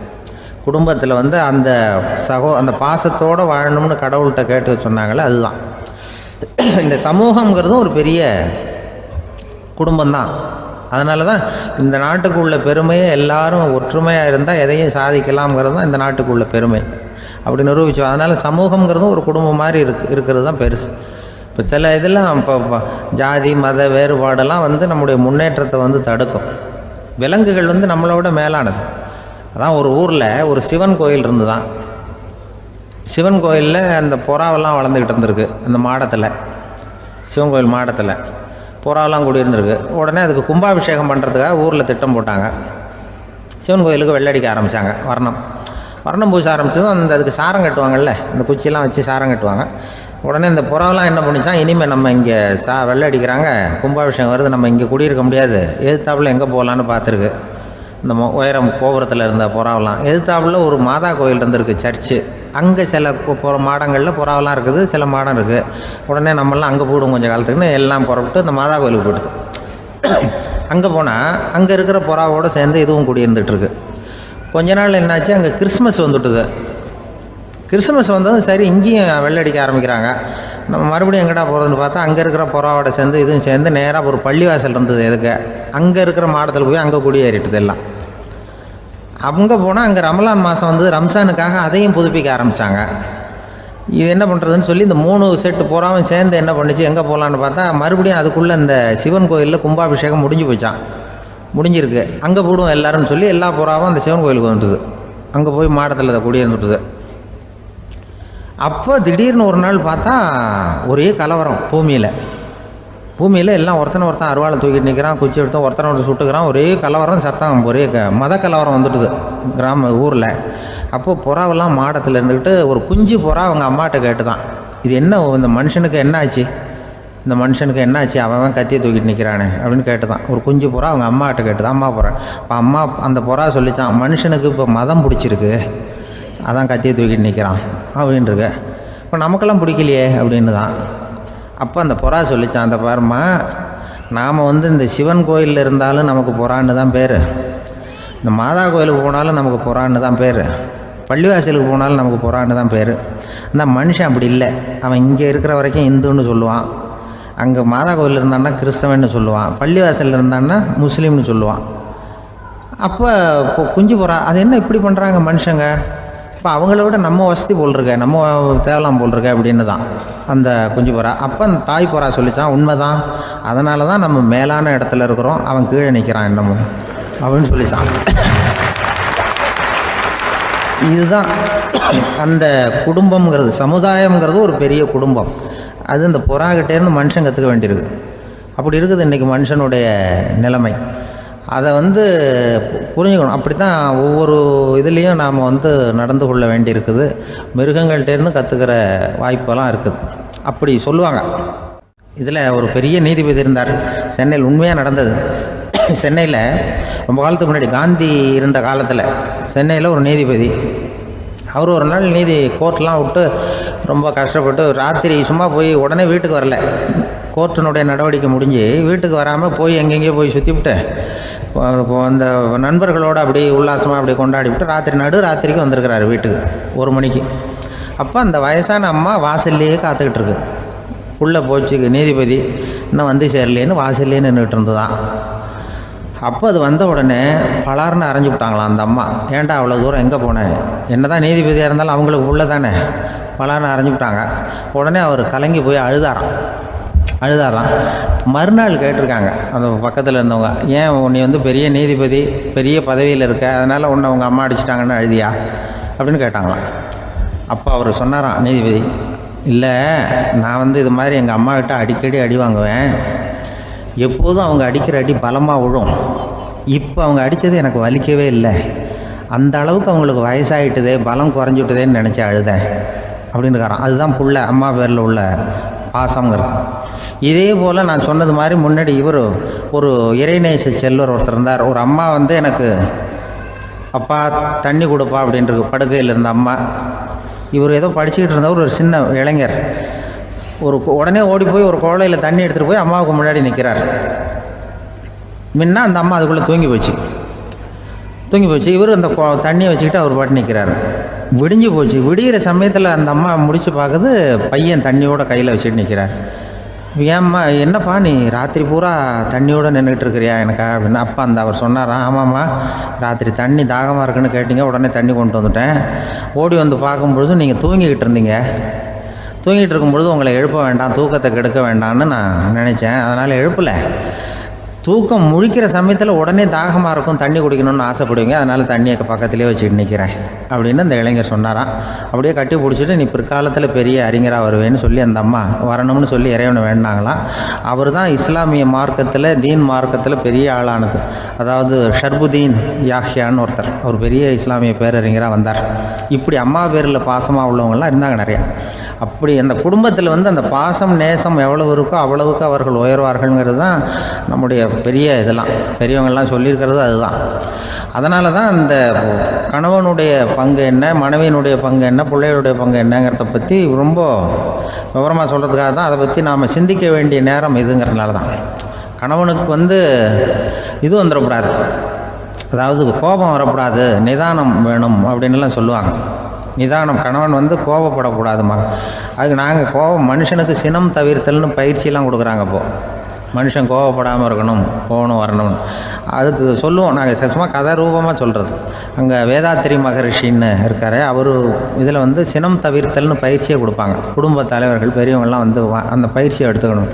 என்ன கூப்பிட்டாங்க ஒரு தரம், சினம் தவிர்த்தல்னு ஒரு பயிற்சி கொடுக்குறோம், அதில் நீ வந்து பேசுன்னாங்க. நான் சொன்னேன், நான் பயிற்சிக்கு வேணா வரேன், என்னை பேச வேண்டாம் சார், நான் வந்து பயிற்சி கற்றுக்கிறேன்னு. இல்லை நீ அதெல்லாம் பயிற்சி நாங்கள் கொடுக்குறோம், நீ உனக்கு என்ன தெரியுமோ சொல்லு, மனுஷன் கோவப்படாமல் இருக்கணும், அதுக்கு ஏதாவது வழி சொல்லிட்டு போ அப்படின்னு கூப்பிட்டாங்க. சரின்ட்டு போனேன். அங்கே போய் நான் சொன்னேன், இது மாதிரி எனக்கு தெரிஞ்சது ஒரு கதை மாதிரி சொன்னேன். மீனம்பாக்கம் ஏர்போர்ட், அங்கே ஜப்பானுக்கு போக வேண்டிய ஒரு பிரயாணி லக்கேஜோடு நிற்கிறார் நிறையா. இதை வாங்கி பிளேனில் ஏற்றக்கூடிய ஒரு தொழிலாளி அவர்கிட்ட ஒரு சண்டை போடுறார், அடிக்க போகிறார், திட்டுறாரு, கண்டாமலான்னு திட்டுறார். அவர் இதை ஒருத்தர் பார்த்துக்கிட்டே இருக்கார். அந்த சினம் தவிர்த்தல் பயிற்சி கொடுக்குற பேராசிரியர் ஒருத்தர் பார்த்துக்கிட்டே இருக்கார். இது எப்படி இவன் இந்த ஆள் அவ்வளவு கோபமாக அடிக்க போகிறான், திட்டுறான் அந்த பெரிய மனுஷன், இவர் பதிலுக்கு அவர் திட்டவே இல்லையே. அந்த தொழிலாளி சிரிச்சுக்கிட்டே சரி சார் அப்படின்னுட்டே இருக்கான். இவர் லக்கேஜை வாங்கி பிளேனில் ஏற்றுற தொழிலாளி இப்போ கண்ணாவுடனே அடிக்க போகிறான், திட்டுறான், முகம் செவந்து போச்சு. இவருக்கு என்ன ஆச்சரியம்னா, இந்த ஆள் இவ்வளவு கோவப்படுறான், அதை வாங்கி அந்த தொழிலாளி கொஞ்சம் கூட முகத்தில் கோபமே படலையே, சிரித்த முகத்தோடு இருக்கானே, இவன் வந்து நமக்கு பயிற்சி வகுப்பு எடுக்கலாம் போல இருக்கே அப்படின்னு இவர் நினச்சிட்டார். ரொம்ப நேரம் அவர் கத்திக்கிட்டு இருந்தார். சரி சார்ன்ட்டு அதை வாங்கிட்டு அவர் போயிட்டார். போனதுக்கப்புறம் இந்த ஆள் அப்புறம் பிளேன் வந்தது, ஏறி அவர் போயிட்டார், ஜப்பானுக்கு போயிட்டார். அதுக்கப்புறம் இந்த சினம் தவிர்த்தல் பேராசிரியர் ஓடி போய் அந்த தொழிலாளியை பிடிச்சி கொண்டு வந்தார். இந்த பாருப்பா, நான் வந்து காலையிலேருந்து பார்த்துக்கிட்டு இருக்கேன், அந்த ஆள் உன்னை அடிக்க வந்தான், திட்ட வந்தான், இவ்வளவு கோவப்படுறான், உனக்கு பதிலுக்கு நீ கோவமே படலையே, உனக்கு கோவமே வராதா, அது எப்படி நீ சினம் தவிர்க்கிறது, எப்படி உனக்கு கோவமே வரலையா அப்படின்னு கேட்டிருக்கார். அப்போ அந்த தொழிலாளி சொன்னாராம், அப்படி இல்லை சார், மனுஷன்னு பிறந்தால் கோவம் படாமல் இருக்க முடியாது, எல்லாருக்கும் கோவம் வரும், அது அவங்கவுங்க வழியில் டீல் பண்ணுவாங்க, நான் அதை என் வழியில் டீல் பண்ணேன், அவ்வளோதான். அப்போ அவர் திட்டும் பொழுது உனக்கு கோபம் வந்ததுதானே? வந்தது சார். அப்போ அது எப்படி டீல் பண்ணேன்னு கேட்டிருக்காரு. அப்போ இவன் சொன்னான், நான் ஒன்றும் இல்லை சார், அந்த பிரயாணி வந்து இப்போ ஜப்பானுக்கு போயிட்டுருக்கார், அவர் லக்கேஜெலாம் அமெரிக்கா போயிட்டுருக்கு,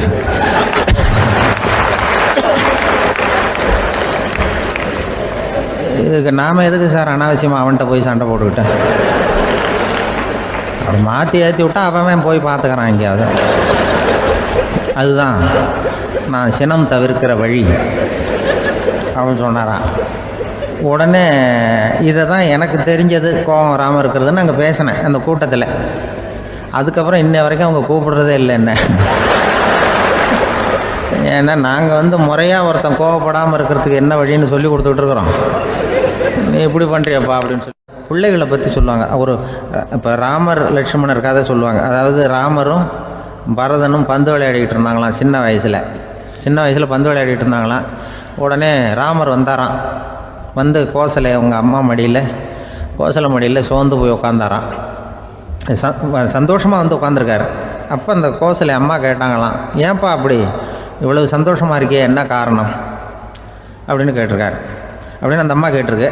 ராமன் சொன்னான்னா, இது என் தம்பியோட நான் பந்து விளையாண்டுக்கிட்டு இருந்தேன், பரதன் அவன் ஜெயிச்சுட்டான், நான் தோத்துட்டேன், என்னை அவன் ஜெயிச்சுட்டான், அவனுடைய வெற்றி எனக்கு சந்தோஷமாக இருக்குது, தம்பியோட வெற்றி, அதனால் நான் சந்தோஷமாக இருக்கேன்னு சொல்லியிருக்கேன். அந்த அம்மாவுக்கு ரொம்ப சந்தோஷம், தம்பி ஜெயிக்கிறாங்கிறத பற்றி அண்ணன் சந்தோஷப்படுறானே அப்படின்னு. கொஞ்ச நேரத்தில் பரதன் வந்திருக்கான். அவன் சோர்ந்து போய் கலங்கி போய் அதே அம்மா மடியில் உட்காந்துருக்கான். நீ ஏப்பா நீ தான் ஜெயிச்சுட்டியாமே, நீ என்னத்துக்கு வருத்தப்பட்டுக்கிட்டு வர அப்படின்னு கேட்டிருக்க அந்த அம்மா. அப்போ பரதன் சொன்னானா, நான் ஜெயிக்கணுங்கிறதுக்காக அண்ணன் விட்டு கொடுத்தாரு, தோத்துட்டாரு, அதனால் எனக்கு வருத்தமாக இருக்குது.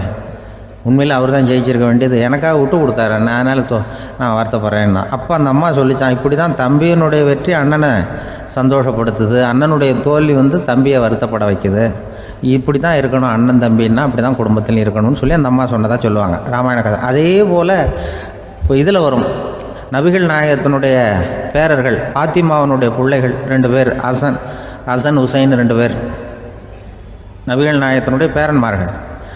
அன்னை பாத்திமாவனுடைய குழந்தைகள். ஹசனும் ஹுசைனும் பேசிக்கிறதே இல்லையா கொஞ்ச நாள். இந்த அம்மாவுக்கு அதை பார்க்குறாங்க, ஏதோ அண்ணன் தம்பிக்குள்ளே ஏதோ தகராறு போல் இருக்கு, ஏன் பேசிக்க மாட்டேங்கிறாங்க அப்படின்னு சொல்லி அந்த பிள்ளைகளை கூப்பிட்டு வச்சு அந்த அம்மா புத்தி சொல்லிச்சான். இதை பாருப்பா, நீ அண்ணன் தம்பிக்குள்ளே இது மாதிரி இருக்கக்கூடாது. உங்கள் பாட்டனார் ஒரு புத்திமதி சொல்லியிருக்காரு, உனக்கு தெரியுமா? ஒரு முஸ்லீம் இன்னொரு முஸ்லீமோடு 3 நாட்களுக்கு மேல் பேசாமல் இருந்தால் அது அவனை கொலை செய்வதற்கு ஒப்பாகும் அப்படின்னு நபிகள் நாயகம் சொல்லியிருக்கார், தெரியுமா உனக்குன்னு அந்த அம்மா சொல்லிச்சான். அப்போ அந்த தம்பிக்காரர் சொன்னாராம், ஹுசைன் சொல்லியிருக்கார், அதுவும் எனக்கு தெரியும். அதே தாத்தா பாட்டனார் என்ன சொல்லியிருக்காருன்னா, அந்த 2 பேரில் யார் முதல்ல சலாம் சொல்கிறாங்களோ, யார் முதல்ல முன்னாடி பேசுகிறாங்களோ அவங்களுக்கு சொர்க்கம் கிடைக்கும், இறைவனுடைய ஆசி கிடைக்கும்னு சொல்லியிருக்கிறார். அந்த ஆசி அண்ணனுக்கு கிடைக்கட்டுமேங்கிறதுக்காக நான் பேசாமல் இருக்கிறேன் அப்படின்னா. அந்த ராமனும் பரதனும் எப்படி இருந்தாங்களோ அப்படி தான் ஹசனும் ஹுசைனும் இருந்திருக்கிறார்கள். அந்த பாசம்தான் குடும்பத்தில் வேணும். இப்போ எப்படின்னா, ஒரு 600 வருஷத்துக்கு முன்னாடி மனுஷனுக்கு இருந்த நெருக்கடி இருக்குது பாருங்கள். ஒரு 600 வருஷத்துக்கு முன்னாடி மனுஷனுக்கு எவ்வளோ நெருக்கடி இருந்ததோ அதுபோல் 40 பங்கு இப்போ அதிகமாகிட்டு தான் கண்டுபிடிச்சி சொல்லியிருக்கிறாங்க. அவ்வளவு நெருக்கடிக்கு மத்தியில் நாம் வாழ்ந்துக்கிட்டு இருக்கிறோம். ஒரு 600 வருஷத்துக்கு முன்னாடி என் தலையில் 1 கிலோ வச்சுக்கிட்டு நின்னேன்னு வைங்க, இப்போ 40 கிலோ வச்சுக்கிட்டு நிற்கிறேன். அப்படி ஒவ்வொரு மனுஷனுக்கும் வாழ்க்கையில் நெருக்கடி அதிகமாக போச்சு. இப்போ இந்த நெருக்கடியில் முன்னாடிலாம் யாரோ ஒருத்தர் தான் தியானம் பண்ணுவாங்க. தியானம்னா ஒருத்தர் 2 பேர் காட்டுக்கு போய் தியானம் பண்ணிகிட்டு இருப்பாங்க 600 வருஷத்துக்கு முன்னாடி. இப்போ வீட்டுக்கு வீடு தியானம் நடக்குது. ஏன்னா அந்தளவுக்கு வாழ்க்கையில் ஒரு நிம்மதி வேணும் அப்படின்னு சொல்லி பண்ணிட்டாங்க. அதுக்கு தான் இயற்கை கொடுத்துருக்கிற ஒரு இயற்கையான வைத்தியம்தான் சிரிப்புங்கிறது. இதை பற்றி பெரியவங்கள்லாம் இப்போ ஆராய்ச்சி பண்ணிகிட்டு இருக்கிறாங்க. சிரிப்புங்கிறது நாம் பிறந்து ஒரு 6 மாதத்தில் தான் முதல் தடவையாக விவரமாக சிரிக்க ஆரம்பிக்கிறோமா. நம்ம பிறந்து 6 மாதத்துக்கு, அதாவது முதல் தடவை சிரிக்க ஆரம்பிக்கிறது ஒரு 6ஆவது வாரம், 1.5 மாதத்தில் தான் குழந்தை விவரமாக சிரிக்க ஆரம்பிக்குது. அப்புறம் அப்படியே சிரிக்க ஆரம்பிக்கிறோமா. அதையெல்லாம் இப்போ கணக்கு எடுத்துருக்குறாங்க. ஒரு குழந்தை ஒரு நாளைக்கு 200 தடவை சிரிக்குதான் ஒரு குழந்தை. பெரியவங்கள்லாம் 15 தடவை சிரிக்கிறாங்களாம். 200 தடவை சிரிச்சுக்கிட்டு இருந்த நாம் அப்படியே குறைஞ்சி 15 ஆகிட்டு. அதனால தான் இருதய நோயெல்லாம் வருது, ஹார்ட் அட்டாக்லாம் வருதுன்னு கண்டுபிடிச்சிருக்கிறாங்க. 200 சிரிப்புக்கு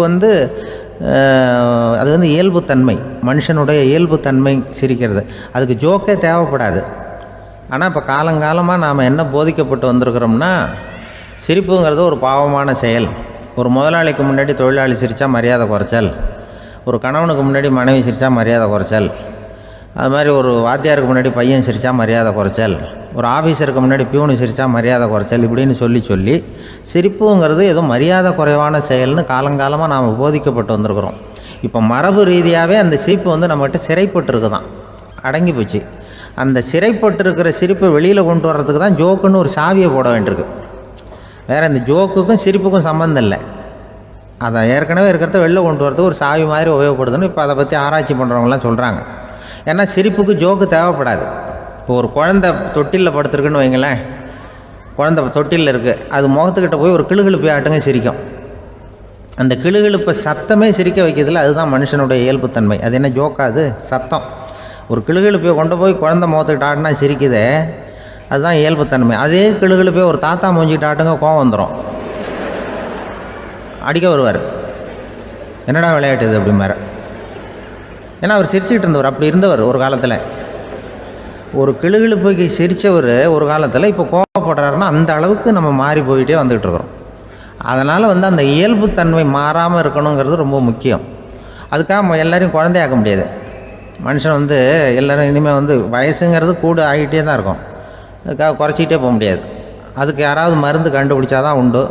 ஆனால் ஒருத்தர் மருந்து கண்டுபிடிச்சாராம், சொல்லுவாங்க. ஒரு டாக்டர் ஒரு மாத்திரை கண்டுபிடிச்சாராம். ஒரு மாத்திரை சாப்பிட்டா ஒரு வயசு குறையும், ஒரு மாத்திரை சாப்பிட்டா ஒரு வயசு குறையும் அப்படின்னு ஒரு மாத்திரையை கண்டுபிடிச்சிருக்காரு. ஒரு பாட்டி அம்மா, 90 வயசு பாட்டி, அது போயிருக்கு. அதே டாக்டர்கிட்ட போய், ஐயா எனக்கு ஒரு பாட்டில் மாத்திரை கொடுங்க, இந்த வயசு குறையிற மாத்திரை அப்படின்றது. அவர் ஒரு பாட்டில் கொடுத்தார் மாத்திரை. பாரும்மா பாட்டியம்மா, ஒரு மாத்திரை சாப்பிட்டா ஒரு வயசு குறையும், எடுத்துகிட்டு போகணும்னு கொடுத்துருக்காரு டாக்டர். இந்த 90 வயசு பாட்டி எடுத்துகிட்டு வீட்டுக்கு வந்துட்டு மறுநாள் அதே டாக்டர்கிட்ட போயிருக்கு. 30 வயசு பொண்ணாக போச்சான். 30 வயசு பொண்ணாக மாறி அதே டாக்டர்கிட்ட போயிருக்கு. இடுப்பில் ஒரு கை குழந்தை, அது சட்டை கிட்ட போடாமல் கட்டவரில் வாயில் வச்சுட்டு உட்காந்துருக்கு. நேராக டாக்டர்கிட்ட போய், டாக்டர் நேற்று வந்தேன், ஏதோ ஒரு மாத்திரை சாப்பிட்டா ஒரு வயசு குறையினீங்க, நான் ஏதோ ஒரு ஆர்வத்தில் ஒரு 30-40 மாத்திரை சாப்பிட்டேன், இப்படி ஆகிட்டேன் அப்படின்னு. இப்போ டாக்டர் சொல்லியிருக்காரு, இதுக்கு ஏமா வருத்தப்படுற, எல்லோரும் வயசு குறையணும்னு தான் நினைக்கிறாங்க, உனக்கு வயசு குறைஞ்சிட்டுது, நீ சந்தோஷப்படு, இதுக்கே மறுபடியும் என்னட்ட வந்திருக்கிற அப்படின்னாரான் டாக்டர். அப்போ அந்த அம்மா சொல்லித்தேன், என்னை பற்றி பரவாயில்ல டாக்டர், என் இடுப்பில் பாருங்கள் கை குழந்தை, இது சட்டை கிட்ட போடாமல் உட்காந்துருக்கு, கட்டவரில் வாயில் வச்சுட்டு உட்காந்துருக்கு, இது ரொம்ப ஆர்வத்தில் ஒரு 70 மாத்திரையை சாப்பிட்டு விட்டுது, இது என் வீட்டுக்காரரு. இவர் இடுப்பை விட்டு கீழே இறங்க மாட்டேங்கிறாரு. நான் எதையாவது கொடுத்து இனிமேதான் வயசை கூட்டி இறக்கி விடுவேன் டாக்டர் அப்படின்னு தான். அவர் ஏதோ நமக்கு இதுக்கும் சம்மந்தம் இல்லைங்கிறது மாதிரி கட்டாரில் வச்சுட்டு அவர் பாட்டு உட்காந்துருக்கார். ஏதோ நமக்கு இந்த உலகமே இல்லை, நமக்கு சம்மந்தம் இல்லைங்கிற மாதிரி உட்காந்துருக்கார். இப்படியே நான் தூக்கிட்டு எங்கே அலையிறது இதை அப்படின்னு தான். அதனால் வயசை குறைக்கிறது இயற்கைக்கு விரோதமாக நாம் பண்ண முடியாது. ஆனால் இந்த இயல்புத்தன்மை மாறாமல் வச்சுக்கலாம். குழந்தை மாதிரி மாற முடியாதே தவிர அந்த குழந்தை தன்மையோடு வாழறதுக்கு கற்றுக்கணும். அதுதான் வாழ்க்கையில் இன்பமாக வாழறதுக்கு வழி. குழந்தைத்தனமாக இருக்கக்கூடாது, குழந்தை தன்மையோடு இருக்கணும்னு சொல்லுவாங்க. குழந்தை தன்மைங்கிறது வேறு, குழந்தைத்தனம்ங்கிறது வேறு. அப்படி ஒரு மாத்திரை கண்டுபிடிச்சிட்டா இப்போ யாராவது ஒருத்தவங்க இடுப்பில் குழந்தைய தூக்கிட்டு போனால் போய் கேட்கணும், ஏம்மா இது ஏன் வீட்டுக்காரரா உன் குழந்தையா அப்படின்னு கேட்டு அதுக்கப்புறம் அவருக்கு வணக்கம் சொல்லணும். இப்படிலாம் ஆகிடும் நிலைமை. இயற்கையை நம்ம மாற்ற முடியாது. அதுக்கு தகுந்தாப்பில் தான் நாம் பண்ணணும். குழந்தை தன்மையோடு வாழறதுக்கு குடும்பத்தில் குழந்தை தன்மைங்கிறது எப்படின்னா, இப்போ ஒரு சில பேருக்கு அந்த குழந்தைத்தன்மை உண்டு. ஒரு வீட்டில் ஒரு புள்ள படுத்துருக்கு, அம்மா எழுப்புறாங்க, காலேஜுக்கு நேரமாச்சு எழுந்திரிப்பா, காலேஜுக்கு நேரமாச்சு எழுந்திரிப்பா அப்படின்னு. அந்த அம்மா அந்த புள்ளை சொல்லியிருக்கு, ஐயோ எனக்கு காலேஜுக்கு போகிறதுக்கு பிடிக்கலம்மா, என்னை தொந்தரவு பண்ணாத, காலேஜுக்கு போகிறதுக்கு எனக்கு பிடிக்கல அப்படின்னு தான். அப்போ அந்த அம்மா சொல்லியிருக்கு, ஏன் உனக்கு காலேஜுக்கு போகிறதுக்கு பிடிக்கல, கல்லூரிக்கு போகிறதுக்கு, அதுக்கு 2 காரணம் சொல்லு அப்படின்னு இருக்கா. அப்போ அந்த புள்ளை சொல்லிச்சான், ஏன் பிடிக்கலன்னா, கல்லூரியில் இருக்கிற வாத்தியாருக்கும் என்னை பிடிக்க மாட்டேங்குது, ஆசிரியர்களுக்கும். 2வது காரணம், கல்லூரியில் படிக்கிற மாணவர்களுக்கும் என்னை பிடிக்கல, அதனால் நான் காலேஜுக்கு போக மாட்டேன்ற குழந்தை புள்ள சொல்லியிருக்கு. அம்மா அப்படிலாம் நீ இதுக்காக போகாமல் இருக்கக்கூடாது, நீ போய் தான் ஆகணும் அப்படின்னு பிடிவாதமாக அந்த அம்மா பிள்ளைய எழுப்புனாங்களாம். சரி, நான் எதுக்கு காலேஜ் போகணும்னு சொல்கிறேன், அதுக்கு நீ 2 காரணம் சொல்லு அப்படின்னு தான் அந்த புள்ள.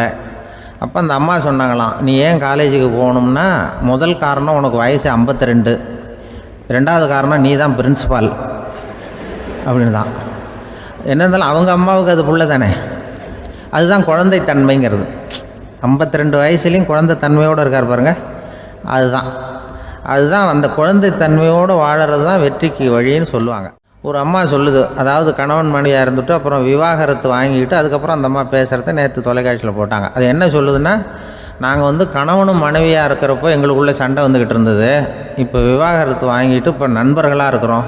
இப்போ வந்து சண்டையே வர்றதில்லை எங்களுக்குள்ளே. அப்படி பாருங்கள், கணவன் மனைவியாக இருந்தப்போ சண்டை வந்து தான், விவாகரத்து வாங்கினது மறுபடியும் நாங்கள் நல்லபடியாக தான் இருக்கிறோம், ஒன்றும் எங்களுக்கு சண்டை வரல.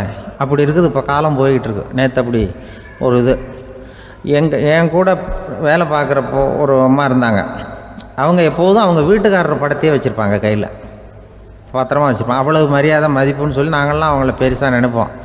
இது எதுக்குமா அவங்க வீட்டுக்காரர் படத்தை பத்திரமா இல்லை கையிலேயே வச்சுருக்கீங்களே, ஆஃபீஸுக்கெல்லாம் எடுத்துகிட்டு வந்து வச்சு அடிக்கடி எடுத்து பார்த்துக்குவாங்க. அவ்வளவு பிரியமாக அவங்க வீட்டுக்காரர் இல்லை. ஆமாம், எனக்கு வந்து ஏதாவது பிரச்சனை வந்துவிடுதுன்னா உடனே எங்கள் வீட்டுக்காரர் படத்தை எடுத்து பார்ப்பேன். பரவாயில்லையே இப்படி ஒரு இதாக. ஆமாம், இதை பார்த்துட்டு நினச்சிக்குவேன், இதை விட பிரச்சனை வேறு என்ன இருந்துட போகுது உலகத்தில் அப்படின்னு நினச்சிக்குவேன்.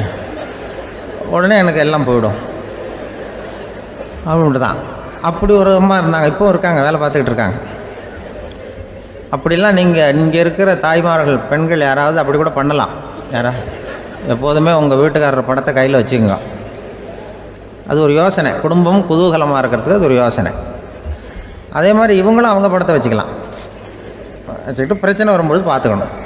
இதை விட நமக்கு என்ன வந்துட போகுது பெருசாக அப்படி தான் இருக்கணும். குடும்பம் வந்து நல்லபடியாக இருக்கணும்னா அதுக்கு இப்போ சொல்லுவாங்க, கடவுளே வந்து ஒரு வீட்டு கணவன் வீட்டு தலைவர் கனவுல வந்தாராம். கடவுள் வந்து இது மாதிரி உன்னை விட்டுட்டு உங்கள் குடும்பத்தை உன்னையெல்லாம் விட்டுட்டு போக போகிறேன்னா, அதனால் ஏதாவது வரம் வேணும்னா கேட்டு போய் வாங்கிக்கோ அப்படின்னு கடவுள் சொன்னாராம் அந்த குடும்ப தலைவர்கிட்ட. அவருக்கு என்ன கேட்குறதுன்னு புரியல. கடவுள் வந்து விட்டுட்டு போகிறேங்கிறார், ஏதாவது வரம் கேட்டுக்கோ அப்படின்னா நம்ம என்ன பண்ணுறது, என்ன கேட்குறது ஒன்றும் புரியல. குழம்பிக்கிட்டு இருந்தான் அந்த ஆள் கனவில். இப்போ கடவுள் சொன்னாராம், சரி நீ ரொம்ப குழப்பமாக இருக்க, நாளைக்கு மறுபடியும் உன் கனவில் வரேன், அதுக்குள்ளே நீ முடிவு பண்ணி வை, உனக்கு என்ன வரம் வேணுமோ கேட்டு வாங்கிக்கோ, உனக்கு வரம் கொடுத்துட்டு நான் போயிடுறேன், உன்னை விட்டுட்டு போகிறதா நான் முடிவு பண்ணிட்டேன் அப்படின்ட்டுருக்காரு கடவுள். சரி ஒரு நாள் அவகாசம் கொடுங்க, நாளைக்கு நான் அதுக்குள்ளே முடிவு பண்ணி வைக்கிறேன்ட்டு அவர் வந்தார். மறுநாள் முழிச்சுக்கிட்டு மனைவி மகன் மக்கள் எல்லோரையும் கூப்பிட்டார், குடும்பத்தில் எல்லாரையும். இப்படி வாங்க, இது மாதிரி நேற்று கனவுல வந்தார் கடவுள், நம்மளை விட்டுட்டு போக போகிறாராம், என்ன வரம் வேணும்னு கேட்டு வாங்கிங்கோ அப்படின்னு போய் சொல்லிட்டார். என்ன கேட்குறதுன்னா அப்படின்னு அந்த கணவன் கேட்குறான். இந்த மனைவி சொல்கிறாங்க, என் உடம்பு பூரா நகையாக இருக்கணும் அப்படின்னு கேளு அப்படின்ட்டுருக்கு. அதுக்குள்ளே அந்த ஒரு பொண்ணு ஓடி வந்து, அப்படிலாம் கேட்காதப்பா கடவுள்கிட்ட, இப்போ இருக்கிற சொத்து எவ்வளோ இருக்கோ அதுபோல் இன்னொரு பங்கு வேணும்னு கேளு அப்படின்னு. அந்த பையன் வந்து அவன் வேறு சொன்னான், அவன் அது நமக்கு வந்து இது போல் ஒரு 10 பங்காவது வேணும், 2 பங்களா கார் வேணும் அப்படின்னு அவன் ஒரு லிஸ்ட்டை கொடுத்தான். இவர் என்ன கேட்குறதுன்னு முடிவு பண்ணுறதுக்குள்ள அங்கே வேலை செய்கிற அம்மா, ஒரு வயசான அம்மா வந்திருக்கு, வேலை செய்கிற அம்மா. அது வந்து சொல்லித்தான் இவர்கிட்ட, தப்பாரு கடவுள்கிட்ட அப்படிலாம் கேட்காதப்பா, நாளைக்கு வரும்பொழுது என்ன வர வேணும்னா எங்கள் குடும்பத்தில் எல்லாரும் அன்பாக இருக்கணும் பாசமாக இருக்கணும்னு கேட்டு வாங்கிக்கோ, வரத்தை அன்பு பாசம் குடும்பத்தில் எப்போதும் நிலவணும்னு கேட்டு வாங்கிக்கோ, வேற எல்லாம் நம்ம பார்த்துக்கலான்னு அந்த பெரியம்மா சொல்லித்தான். மறுநாள் அதே மாதிரி படுத்து தூங்கினார். கடவுள் கனவுல வந்தார். வந்து கேட்கும்பொழுது இவர் சொன்னாராம், ஐயா எனக்கு வந்து எங்கள் குடும்பத்தில் நாங்கள் கணவன் மனைவி புள்ள குட்டி எல்லாம் பாசமாக இருக்கணும் அன்பாக இருக்கணும், இதுதான் எங்களுக்கு வர வேணும் அப்படின்னு கேட்டாராம். இவர் கேட்டதும் கடவுள் வந்து தலையை சொரிய ஆரம்பிச்சிட்டாராம். ஏன் என்ன யோசிக்கிறீங்கன்னு கேட்டிருக்காரு. நீங்கள் அன்பாக பிரியமாக இருந்தீங்கன்னா அப்புறம் ஏன் நான் உங்களை விட்டுட்டு போக போகிறேன், நான் ஏற்கனவே இல்லைங்கிறதுனால தான் உங்களை விட்டு போகலாம்னு முடிவு பண்ணியிருந்தேன். இப்போ நீங்கள் ஏற்கனவே பாசமாக இருந்தீங்கன்னா நான் இனிமேல் போக மாட்டேன், அதனால் ஏன் முடிவும் மாற்றிக்க வேண்டியது தான், உங்கள் கூட தான் இருக்க போகிறேன்னாராம். இப்படி ஒரு கதை சொல்லுவாங்க. அதனால் ஒரு குடும்பத்தில் அந்தந்த உறவு முறைகள் சரியாக இருக்கிற வரைக்கும் எல்லாம் நல்லாயிருக்கும். அங்கே தான் இறைவன் வாழும் இல்லம்ங்கிறாங்களே, அதுதான் அதில் அந்த குடும்ப தலைவருங்கிறவர் கணவன் அப்படிங்கிறதுனால அவருக்கு தான் பொறுப்பு. அவருக்கு நிறைய சகிப்புத்தன்மை வேணும், கோபம் வரக்கூடாது, யார் என்ன சொன்னாலும் போகணும். சில கணவன்மார்கள் வந்து எது சொன்னாலும் மனைவி வந்து தட்டுறதில்லை, அங்கே போனால் போவாங்க, எதுக்கு போக சொல்கிறேன்னு கேட்குறதில்ல, போகிறது, இங்கே வான்னா வர்றது. திருவள்ளூர் மனைவி இருந்தாருன்னு சொல்கிறாங்கல்ல, அது மாதிரி. அது எப்படின்னா ஒருத்தர் சொன்னார், அது அப்படி இல்லை, அதுக்கு ஒரு கதை சொன்னார். ஹிட்லர் வந்து வந்தாராம் ஒரு தடவை, ஒரு பெரிய கப்பல் மேலே, கப்பலுடைய மேல் தளத்தில் ஹிட்லர் வந்துக்கிட்டு இருக்கார். ஒரு இங்கிலீஷ் கேப்டன் எதிரில் நிற்கிறான். அவனுக்கு பெரிய ஆச்சரியம், இந்த ஆள் எப்படி இப்படி ஒரு தனி மனிதனாக இருந்துக்கிட்டு உலகத்தையே இப்படி இந்த பாடுபடுத்துகிறார் அப்படின்னு சொல்லி, உன்னுடைய வெற்றிக்கு என்ன காரணம்னு கேட்டாராம் அந்த இங்கிலீஷ் கேப்டன். இப்போ ஹிட்லர் சொன்னாராம், என்னுடைய வெற்றிக்கு காரணம் என்கிட்ட வேலை செய்கிற ஊழியர்கள், நான் கிழிச்ச கோட்டை தாண்ட மாட்டாங்க, நான் என்ன சொல்கிறேனோ அதை உடனே செய்வாங்க, ஏன் எதுக்குன்னு எதிர்த்து பேச மாட்டாங்க, அதுதான் என்னுடைய வெற்றிக்கு காரணம் அப்படின்னு சொல்லி அதை நிரூபித்து காட்டுறேன் பார் அப்படின்னு சொல்லி கையை தட்டினாராம் ஹிட்லர். உடனே ஒரு சிப்பாய் அங்கேருந்து வந்து லெஃப்ட் ரைட் போட்டு வந்து சல்யூட் பண்ணி நின்னான். உடனே ஹிட்லர் சொன்னார், நீ அப்படியே இந்த கப்பல் மேல் தளத்துலேருந்து அப்படி கடலில் விழுந்து செத்து போடா அப்படின்னு பொத்துன்னு குதிச்சுட்டான். எதுக்கு சொல்கிறேன் என்ன இதில், உடனே குதிச்சு செத்து போட்டான். இவருக்கு பெரிய ஆச்சரியம் கேப்டனுக்கு. ஹிட்லர் சொன்னார், இதுதான் என்னுடைய வெற்றி காரணம், தப்பார் இன்னொருத்தனை கூப்பிட்றேன் அப்படின்னு தட்டினா இந்த பக்கத்துலேருந்து ஒருத்தன் வந்தான். லெஃப்ட் ரைட் வந்து நின்னா, நீ இப்படி குதிச்சு செத்து போடா அப்படின்னு பொத்துன்னு குதிச்சுட்டான். எதுக்கு போக சொல்கிறீங்கன்னு ஒன்றுமே கேட்கல, குதினா உடனே குதிச்சுட்டான். அப்போ ஹிட்லர் சொன்னார், இதே மாதிரி என்னுடைய ஒவ்வொரு ஊழியர்களும் இருக்கிறாங்க, நானும் ஊழியர்களை இழக்கிறதுக்கு தயாராக இல்லை, தப்பாருக்கு தயாராக இருப்பேன் எப்போதும், தப்பார் இன்னொருத்தரம் தட்டுறேன்னு இன்னொருத்தர் வந்தார். எதிர்த்தாப்புலேருந்து ஒருத்தன் லெஃப்ட் ரைட் சல்யூட் அடித்தான். நீயும் குதிச்சு செத்து போடான்ருக்கார் ஹிட்லர். இவனால் பொறுக்க முடியல, இந்த இங்கிலீஷ் கேப்டன் அனாவசியமாக ஒவ்வொருத்தனாக குதிச்சுட்றானேன்னு சொல்லி ஓடி போய் அவனை குதிச்சிட்டான். குதிக்கிறதுக்கு முன்னாடி பிடிச்சி தனியாக எடுத்துகிட்டு போட்டான். தனியாக எடுத்துகிட்டு போய் அந்த சிப்பாய்கிட்ட கேட்டாரான் அந்த இங்கிலீஷ் கேப்டன், ஏன்ப்பா அந்த ஆள் குதிக்க சொல்கிறான்னா நீ ஏன் எதுக்குன்னு கேட்குறது இல்லையா, உடனே குதித்து செத்து போகிறீங்களே, இதெல்லாம் என்ன அநியாயம் அப்படின்ட்டுருக்கான் அந்த இங்கிலீஷ் கேப்டன் கையை பிடிச்சிக்கிட்டு. உடனே அந்த சிப்பாய்க்கு கோவம் வந்துட்டு தான், உடையா கையை, இவன்ட்ட வேலை பார்க்குறத விட உழுந்து செத்து போகலான்னு நான் குதிக்கிறான், என்ன அனாவசியமாக எதுக்கே இருக்க சொல்கிறேன் அப்படின்னு சொல்லி குதிச்சுட்டானா. அதனால் இந்த உடனே சொல்கிறத செய்கிறாங்க பாருங்கள், அவங்கள நம்பக்கூடாது. கணவன்மார்களுக்கு ஒரு எச்சரிக்கை, சொல்கிறத உடனே செஞ்சுருவாங்க மனைவி, நீ அங்கே போனால் போங்க வரணும் அது ஹிட்லர் மாதிரி நினைக்கிறாங்கன்னு அர்த்தம்.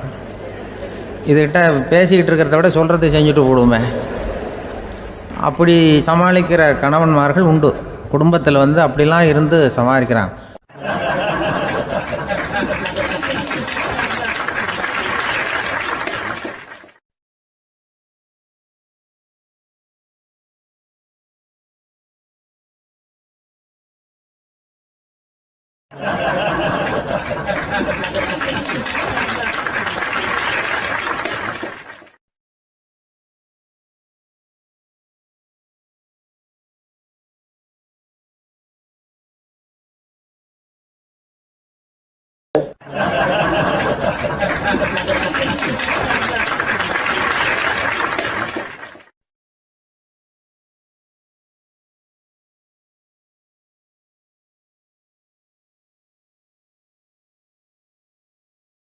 ஒரு பெரிய கிராமம். அந்த கிராமத்தில் ஒரு பண்ணையார் வீடு, அதுதான் அந்த கிராமத்திலே பெரிய வீடு. ஒரு நாள் ஒரு திருடன் அந்த கிராமத்துக்கு வந்தான், சுற்றி பார்த்தான். அந்த பண்ணையார் வீடு கண்ணில் பட்டுது.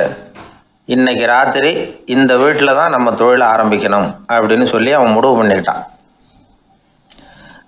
ஏன்னா அதுதான் அந்த கிராமத்திலே கொஞ்சம் பெரிய வீடு, அங்கே தான் அவன் எதிர்பார்க்குறது ஏதாவது கிடைக்கும் அப்படிங்கிறது அவனுடைய முடிவு.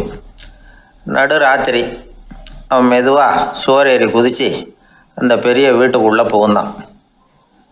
அங்கே போய் பார்த்தா முக்கியமான இடங்கள்ல எல்லாம் காவலுக்கு ஆள் நின்றுக்கிட்டு இருக்கிறாங்க ராத்திரி நேரத்தில். சரி, இந்த வீட்டில் நம்மால் திருட முடியாது அப்படின்னு முடிவு பண்ணிட்டு மெதுவாக வந்த வழியிலேயே திரும்பி வந்தான். அந்த சமயத்தில் காலில் ஏதோ தட்டுப்பட்டுது.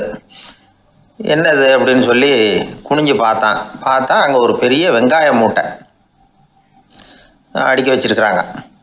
சரி, வந்ததுக்கு வெறுங்கையோடு திரும்ப வேண்டாமே அப்படின்னு சொல்லி கையில் இருந்த ஒரு பெரிய பை நிறைய அதை அள்ளி போட்டுக்கிட்டான்.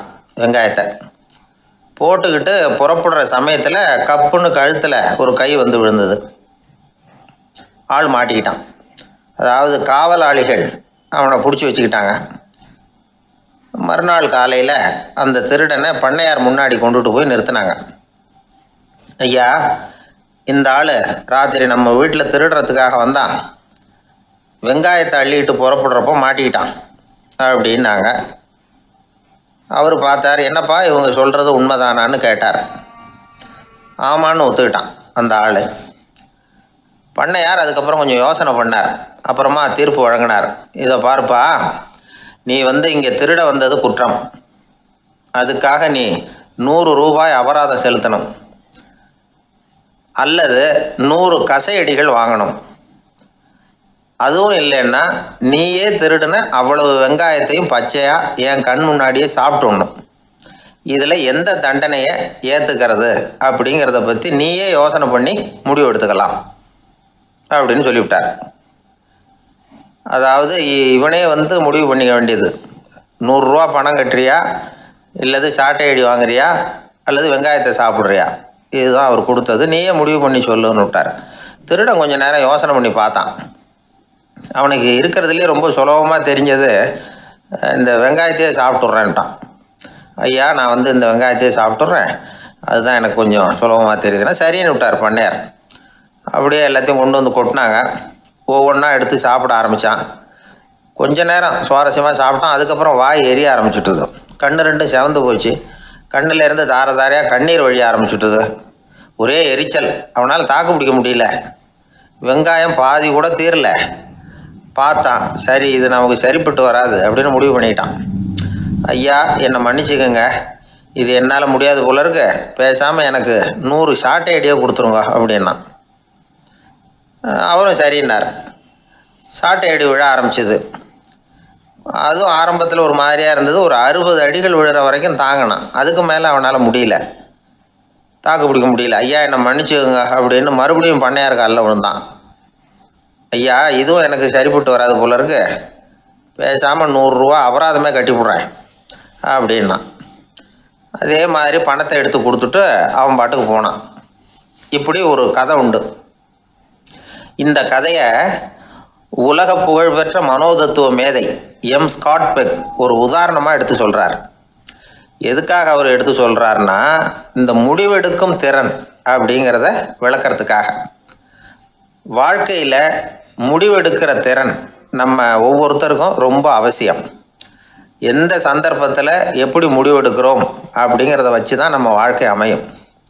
எவ்வளவு தான் பணம் இருந்தாலும் சரி, எவ்வளவு தான் படிச்சிருந்தாலும் சரி, இந்த முடிவெடுக்கிற திறன் சரியா இல்லைன்னா வாழ்க்கையில் பல சறுக்கல்களை சந்திக்க வேண்டியிருக்கும்.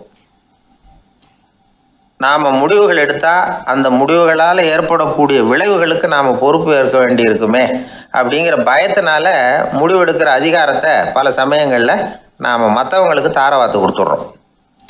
நாமே முடிவெடுக்கக்கூடிய திறமையை வளர்த்துக்கிறது தான் ரொம்ப முக்கியம்.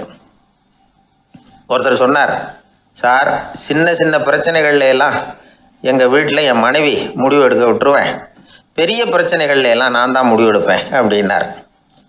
பரவாயில்லையே அப்படின்னு சொல்லி, சின்ன சின்ன பிரச்சனைகள்னா எதுங்க அப்படின்னு கேட்டேன். ஒன்றும் இல்லை, இந்த வீட்டு வருமானத்தை பெருக்கிறது எப்படி, வீட்டு செலவை சரி கட்டுறது எப்படி, வீட்டு செலவுக்கு வாங்கியிருக்கிற கடனை அடைக்கிறது எப்படி, இதெல்லாம் சின்ன சின்ன பிரச்சனைகள், என் மனைவி கிட்ட முடிவு எடுக்கிற விஷயத்தை விட்டுருவேன்னார். பெரிய பிரச்சனை தான் நான் எடுத்துக்குவேன்னார். அப்படின்னா பெரிய பிரச்சனைன்னா எது சார் அப்படின்னு கேட்டேன். அது என்னென்னா, இந்த உலக பொருளாதாரத்தை மேம்படுத்துறது எப்படி, 21ஆம் நூற்றாண்டில் என்னென்ன சவால்களை சந்திக்க வேண்டியிருக்கும் உலகம், இதெல்லாம் நான் பார்த்துக்குவேன் அப்படின்னார். பாருங்கள், இது பிரச்சனைகள்லேருந்து தப்பிக்கிற வழி. அதனால் வாழ்க்கையில் பிரச்சனைகளை சந்திக்கிறதுக்கு தயங்கக்கூடாது. அதே மாதிரி சரியான நேரத்தில் சரியான முடிவு எடுக்கிறதுக்கு நாம் கற்றுக்கணும். அது ரொம்ப முக்கியம்.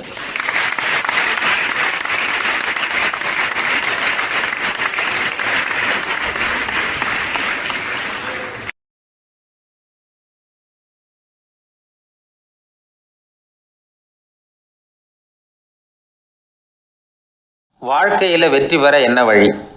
இது ஒரு முக்கியமான கேள்வி. இதுக்கு எல்லாரும் பொதுவாக சொல்கிற ஒரு பதில், உழைச்சா வெற்றி பெறலாம் அப்படிங்கிறது தான். வாழ்க்கையில் வெற்றி பெற உழைப்பு மட்டும் இருந்தால் போதாது, நேர்மையும் வேணும் அப்படிங்கிறார் பால் ஹாஃப்மேன். இவர் யார் தெரியுமா? இவர் ஒரு பெரிய பொருளாதார நிபுணர். 2வது உலகப் போர் முடிஞ்ச சமயம் அப்போ இவர் அமெரிக்காவின் நிதி ஆலோசகராக இருந்தார்.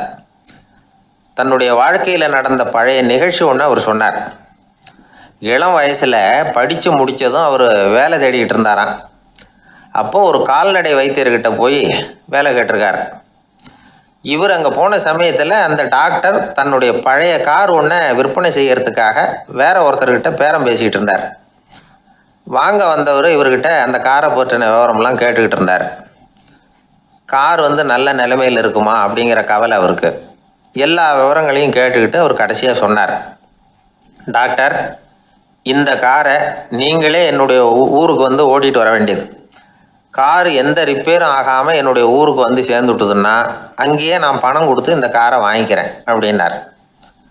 நம்ம கார் அவ்வளோ தூரத்துக்கு வழியில் எந்த கோளாறும் இல்லாமல் போய் சேருமா அப்படிங்கிற சந்தேகம் டாக்டருக்கு. அவர் என்ன செஞ்சார் தெரியுமா? தன்கிட்ட வேலை கேட்டு வந்திருந்த இளைஞர் பால் ஹாஃப்மேனை கூப்பிட்டார். அவர்கிட்ட சொன்னார், இதை பாருப்பா, இந்த காரை நீ அவருடைய ஊர் வரைக்கும் நல்லபடியாக ஓட்டிகிட்டு போய் சேர்த்துட்டீன்னா உனக்கு நான் வேலை கொடுத்து விட்றேன். அது மட்டும் இல்லை, காரு விற்கிற தொகையில் கமிஷனும் கொடுக்குறேன், என்ன சம்மதமா அப்படின்னு கேட்டார். ஹாஃப்மேன் யோசனை பண்ணார். அதுக்கப்புறம் சரின்னு சொல்லி சம்மதிச்சார். கொஞ்ச நேரத்தில் அவரும் கார் வாங்க வந்தவரும் புறப்பட்டாங்க. இவர் ரொம்ப சிரமப்பட்டு வழியில் எங்கேயும் நிறுத்தாமல் காரை ரொம்ப சாமர்த்தியமாக ஓட்டிகிட்டு போய் சேர்த்துட்டார். இவரை அழைச்சிக்கிட்டு வீட்டுக்குள்ளே போனார். அப்புறம் கேட்டார், இதை பார்ப்பா, இப்போ சொல்லு, இந்த காரோட நிலைமை இப்போ எப்படி இருக்குது? உண்மையிலேயே இது நல்ல நிலைமையில் இருக்குதா? உன்னுடைய மனசாட்சிப்படி பதில் சொல் அப்படின்னார். இவரும் உடனே காரு நல்ல நிலைமையில தான் இருக்குது அப்படின்னு சொல்கிறதுக்கு வாயை திறந்தார். அதுக்குள்ளே பார்வை எதிரில் உள்ள சுவர் மேலே பட்டுது. அங்கே இயேசுநாதர் படம் ஒன்று மாட்டியிருந்தாங்க. அதுக்கு அடியில் எழுதியிருந்த வாசகம் என்னன்னா, நீ பேசும் ஒவ்வொரு வார்த்தையையும் இயேசு கவனித்து கொண்டிருக்கிறார் அப்படின்னு இருந்தது. அந்த வரிகளை பார்த்தார். உடனே காரு சரியில்லை அப்படிங்கிற உண்மையை சொல்லிவிட்டார். இவர் இப்படி சொன்னதும் இவரை ரொம்ப ஆச்சரியமாக பார்த்தார். இவர்கிட்ட இருந்த நேர்மை அவரை சிந்திக்க வச்சது. உன்னுடைய நேர்மையை பாராட்டுறேன், உனக்கு கமிஷன் கிடைக்கணுங்கிறதுக்காகவே நான் இந்த காரை வாங்கிக்கிறேன்னார். இப்போ அவர் திகைச்சு போய் நின்னார். மறுபடியும் அவர் சொன்னார், நீ காரை ஓட்டிகிட்டு வரும்பொழுதே உன்னுடைய திறமையை பார்த்தேன், உனக்கு விருப்பம் இருந்தால் நீ என்கிட்டயே வேலைக்கு சேர்ந்துடலாம் அப்படின்னார். பால் ஹாஃப்மேன் அவர்கிட்ட வேலைக்கு சேர்ந்தார். படிப்படியாக முன்னேறினார். கடைசியில் பார்த்தீங்கன்னா அமெரிக்காவினுடைய நிதி ஆலோசகராக ஆனார். அதுக்கப்புறம் அவர் அந்த பழைய சம்பவத்தை எப்பவும் மறக்கிறதில்ல, அடிக்கடி சொல்கிறது உண்டு. அதனால் இதிலேருந்து நாம் தெரிஞ்சுக்க வேண்டியது என்னென்னா, வாழ்க்கையில் முன்னுக்கு வரணும்னா உழைப்பு மட்டும் போதாது, நேர்மையும் வேணும். ஆனால் இந்த காலத்தில் சிலருடைய நேர்மை நமக்கு ஆச்சரியமாக கூட இருக்கும். ஒருத்தர் புஸ்தக கடை வச்சுருந்தார். ரொம்ப நேரமாக தேடி ஒரு புத்தகத்தை கையில் எடுத்தார். அதுக்கு பில் போட சொன்னார். அந்த புத்தக கடைக்கு வந்த இன்னொருத்தர் பில் போடுறவர், சார் இந்த புத்தகம் மகா அறுவை, மகா மட்டம், இது வேணாம் உங்களுக்கு, வேற ஏதாவது ஒன்று பாருங்கன்னார். புத்தக கடை வச்சிருக்கிறவரே இப்படி சொன்னார். வாங்க வந்தவர் இவர் ஆச்சரியமாக பார்த்தார். உங்கள் நேர்மையை பாராட்டுறேன், அது சரி, இந்த புத்தகத்தை ஏற்கனவே நீங்கள் படித்து பார்த்துட்டீங்களான்னு கேட்டார். அதை படித்து வேற பார்க்கணுமான்னார். அப்புறம் எப்படி இது மகாமட்டம்னு சொல்கிறீங்க அப்படின்னார். அதை எழுதினவனே நான் தான் சார் அப்படின்னார் அவர். இது ஒரு விதமான நேர்மையை ஒத்துக்கிறது. எப்படி இருந்தாலும் வாழ்க்கையில் உழைப்பும் நேர்மையும் உயர்வதற்கு வழிகள். உழைப்பை விட நேர்மை முக்கியம் அப்படிங்கிறத புரிந்து கொண்டால் வாழ்க்கையில் வெற்றி நிச்சயம்.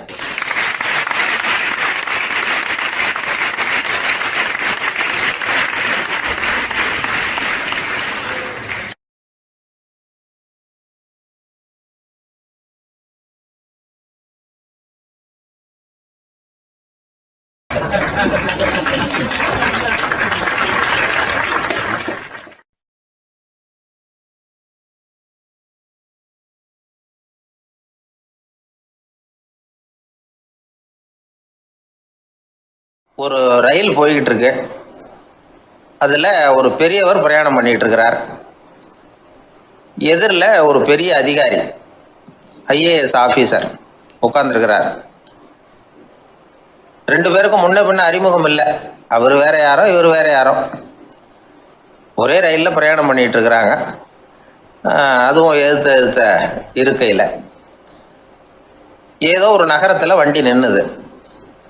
ரெண்டு பேரும் கீழே இறங்கினாங்க. பெரியவர் ஒரு ட்ரங்கு பெட்டியோட கீழே இறங்கினார். அந்த அதிகாரி கையில் ஒரு சின்ன பெட்டி. அவர் அந்த சின்ன பெட்டியை கீழே வச்சுட்டு கூலி கூலின்னு கத்திக்கிட்டு இருந்தார்.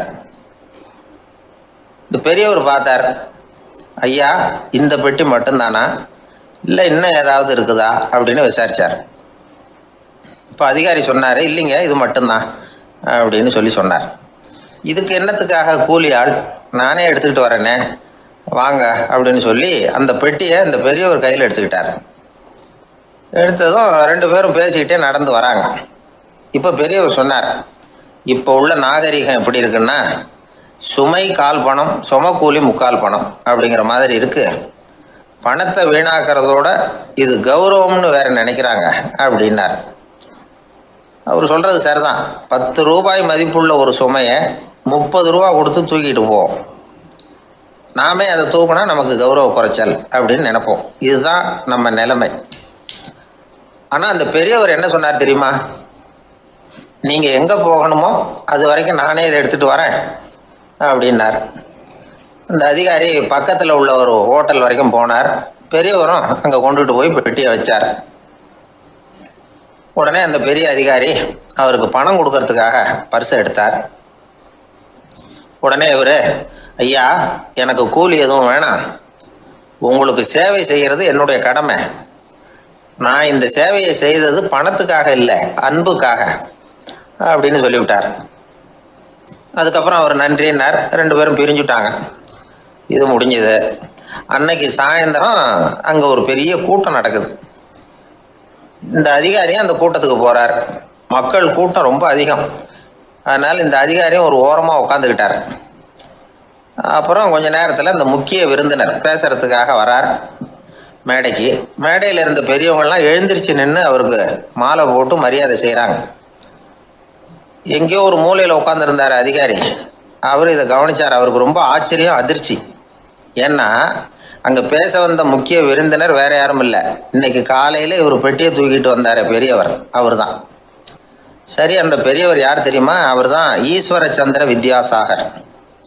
கூட்டம் முடிஞ்சது. அதிகாரி அவரை தேடி ஓடினார். அவர் கைகளை பிடிச்சிக்கிட்டார். ஐயா, என்னை மன்னிச்சுருங்க அப்படின்னாரு. அப்புறம் சொன்னார், அகங்காரங்கிற கெட்ட புத்தி தான் உண்மையை கண்கள்ல இருந்து மறைக்குது, அகங்காரம் தான் மனுஷனை அழிக்குது. நீங்கள் ரொம்ப பெரிய மனிதர், இருந்தாலும் மனிதத்தன்மையோடு நடந்துக்கிறீங்க. இந்த அன்பு, தயவு, பொறுமை இதெல்லாம் இல்லைன்னா மனிதனாக இருக்கிறதுல என்ன பிரயோஜனம் அப்படின்னு சொல்லிவிட்டு அந்த அதிகாரி போனாராம். மனிதத்தன்மைன்னா என்ன அப்படிங்கிற கேள்விக்கு இந்த பெரியவர் ஒரு உதாரணம். இப்பெல்லாம் அப்படியா இருக்கிறாங்க? ஒரு பெரியவர் ஒரு பெட்டியை தூக்கிட்டு வந்துக்கிட்டு இருக்கிறார்.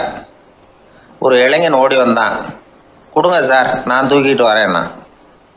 கொடுத்தார். வாங்கி தலையில் வச்சுக்கிட்டான். அப்புறம் சொன்னான், அடுத்தவங்க சிரமப்படக்கூடாதுங்கிறது என்னுடைய கொள்கை அப்படின்னா. அது நல்லது தான்னார் அவர். கடைசியில் பெட்டியை கொடுத்தான். வாங்கிக்கிட்டு பர்ஸை திறந்தார் பணம் கொடுக்கறதுக்காக. வேணாங்க அப்படின்னு விட்டான் அந்த இளைஞன். ஏன்னார், நான் சொன்னேன் அடுத்தவங்க சிரமப்படக்கூடாதுங்கிறது என்னுடைய கொள்கைன்னு, அதனால் உங்களுக்கு சிரமம் கொடுக்கக்கூடாதுங்கிறதுக்காக வரும்பொழுது நானே உங்கள் பர்ஸை எடுத்து வேணுங்கிற பணத்தை எடுத்துக்கிட்டு திருப்பி உங்கள் பாக்கெட்லேயே போட்டுட்டேன் அப்படின்னா. இப்படி இருக்குது இந்த காலம். அதனால் வாழ்க்கையில் அன்பு, தயவு, பொறுமை இதெல்லாம் ரொம்ப அவசியம் அப்படிங்கிறத நாம் புரிஞ்சுக்கணும்.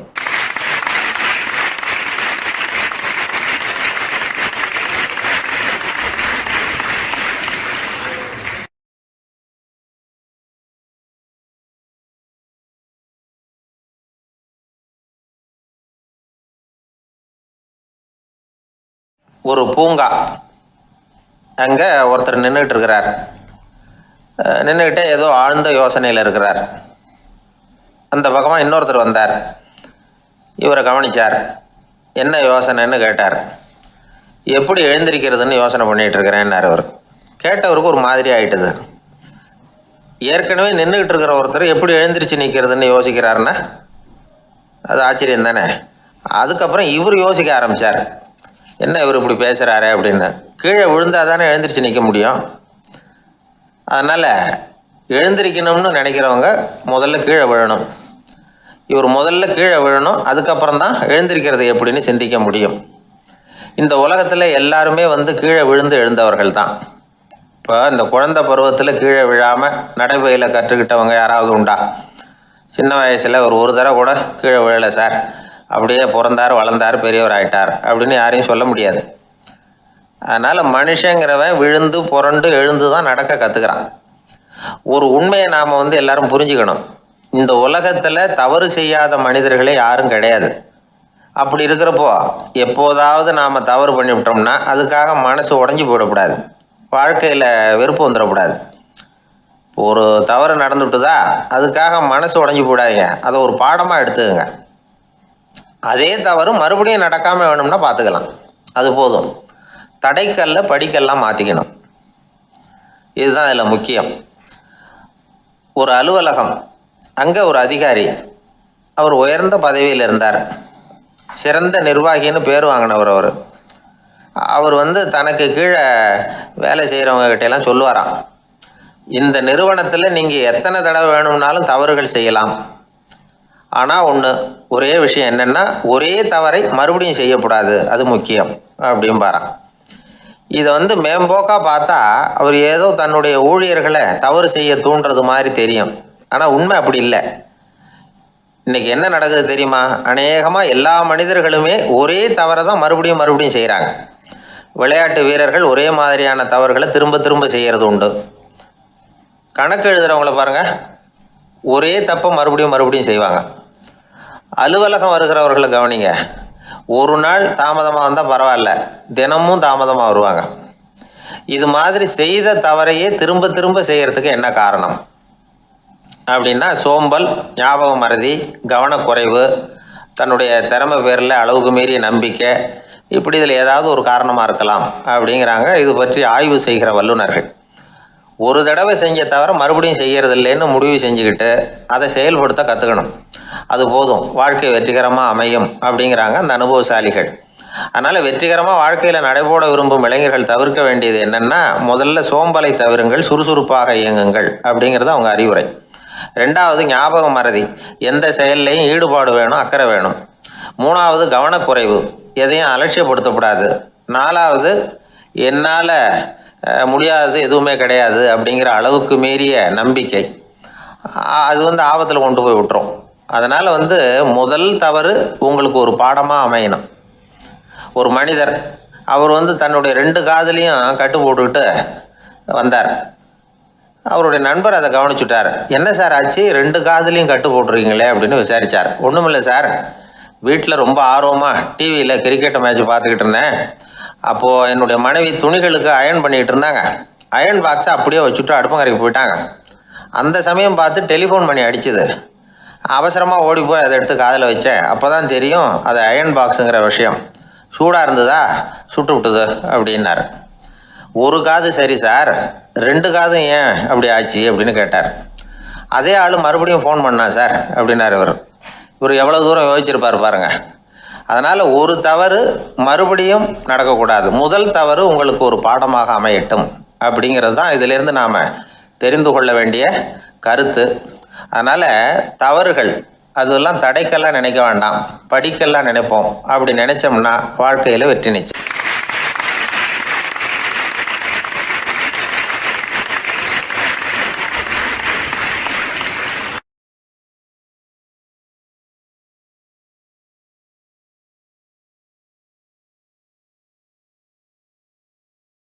ஒரு மனிதர் அவர் யாருக்கிட்டே தொலைபேசியில் பேசிகிட்டு இருக்கிறார். கொஞ்சம் தூரத்தில் நாம் நிற்கிறோம். எட்டத்தில் இருந்துக்கிட்டு அவரை கவனிக்கிறோம். அவர் ஃபோனில் பேசுகிறத, அவர் பேசுகிற வார்த்தைகள் என்ன அப்படிங்கிறது நம்ம காதில் விழலை. ஆனாலும் அவர் பேசிக்கிட்டு இருக்கிறது நல்ல செய்தியா கெட்ட செய்தியா அப்படிங்கிறத நம்மளால் யூகிக்க முடியும். மகிழ்ச்சியான செய்தியை பேசும்போது முகம் மலருது, புன்னகை பூக்குது. இதில் ஒன்று நீங்கள் கவனிக்கணும், தொலைபேசியில் நாம் பேசுகிறப்போ நம்மோட பேசுகிறவர் எதிரில் இல்லை. அவர் தொலைபேசி வழியாக நம்ம குரலை மட்டும்தான் கேட்க போகிறார், நம்ம முகத்தை அவர் பார்க்க போகிறதில்ல. அப்படி இருந்தும் அப்போ நம்ம முகம் ஏன் மலரணும் அப்படின்னா, இதுதான் உடல் மொழி, பாடி லாங்குவேஜ் அப்படின்னு சொல்கிறாங்க. நம்ம அறியாமலேயே நம்ம உடம்பு செய்திகளை தெரிவிக்குது பாருங்கள், அதுதான் உடல் மொழி. ஒரு மனிதர் தொலைபேசியில் பேசிக்கிட்டு இருக்கிறத நீங்கள் தூரத்தில் இருந்து கவனிச்சுக்கிட்டே அவர் நண்பரோட பேசுகிறாரா, மனைவியோட பேசுகிறாரா, குழந்தையோட பேசுகிறாரா, இல்லை மேல் அதிகாரிகிட்ட பேசுகிறாரா, அல்லது அவருக்கு கீழே பணிபுரிகிறவர்கள்கிட்ட பேசுகிறாரா அப்படிங்கிறத கண்டுபிடிக்கலாம். அதுக்கு காரணம் அவருடைய உடல் மொழி. இந்த உடல் மொழி கூட நம்ம வாழ்க்கையின் முன்னேற்றத்துக்கு பயன்படும். இதை பற்றிலாம் கூட சில நிபுணர்கள் ஆராய்ச்சி பண்ணி பார்த்துருக்குறாங்க. அவங்க சில விவரங்களை சொல்கிறாங்க. குறிப்பாக ஒருத்தர் தன்னுடைய நாற்காலியில் கிட்டத்தட்ட படுத்துக்காத குறையாக உட்காந்துருக்கிறாருன்னு வச்சுக்கோங்க. எதிர இருக்கிறவர் பேசுறது அவருக்கு பிடிக்கலன்னு அர்த்தமா. தலையை சொரிஞ்சிக்கிறது, வேறு வேறு திசைகளில் பார்க்குறது, கொட்டாவி விடுறது, கால்களை மாற்றி போட்டு உட்கார்றது, களைப்பாக கை விரல்களை அப்படியே பின்னிக்கிறது, அடிக்கடி கடிகாரத்தை பார்க்குறது, இப்படிலாம் ஒருத்தர் பண்ணிக்கிட்டு இருக்கிறாருன்னா நாம் கூடிய சீக்கிரம் அந்த இடத்த விட்டு எழுந்திரிச்சு வந்துடுறது நல்லது. ஏன்னா இதெல்லாம் அவருடைய சலிப்பு, சோர்வு, ஆர்வமின்மை, இதுக்கு அடையாளங்கள். நம்முடைய பேச்சு அவரை சலிப்படைய வச்சுட்டுதுன்னு அர்த்தம். அவர் ரொம்பவும் சோர்ந்து போயிட்டாருன்னு பொருள். நம்முடைய பேச்சில் அவருக்கு ஆர்வம் இல்லைன்னு அர்த்தம்.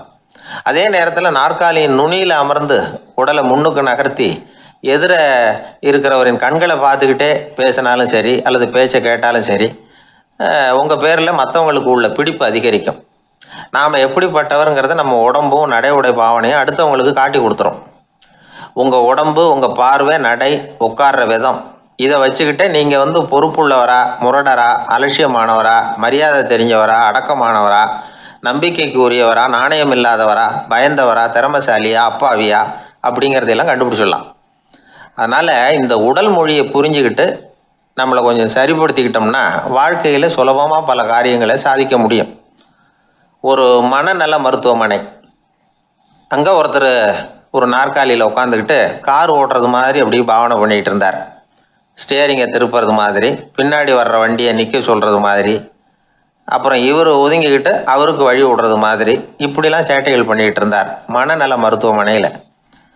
இதை பார்த்துக்கிட்டு இருந்த ஒருத்தர் பக்கத்தில் இருந்த இன்னொருத்தர்கிட்ட கேட்டார், இவர் ஏன் இப்படி பண்ணுறாரு, இவருக்கு ஏன் அப்படி வந்தது நிலைமை அப்படின்னு சொல்லி அவர் விசாரித்தார். அப்போ அவர் விவரம் சொன்னார்.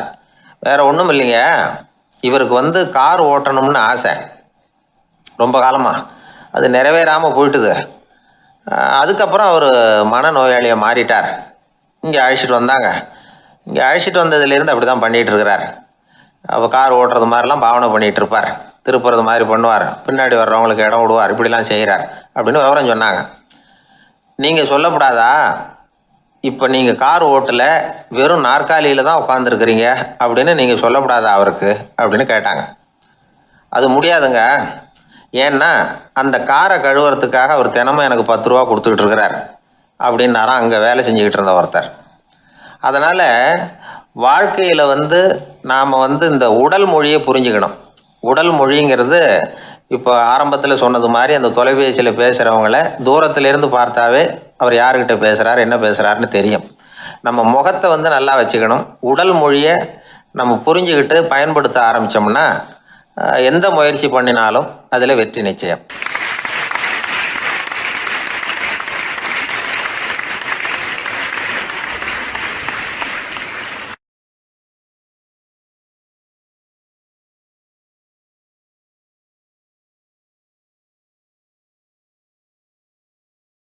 நபிகள் நாயகம் உட்கார்ந்துருக்கிறார்.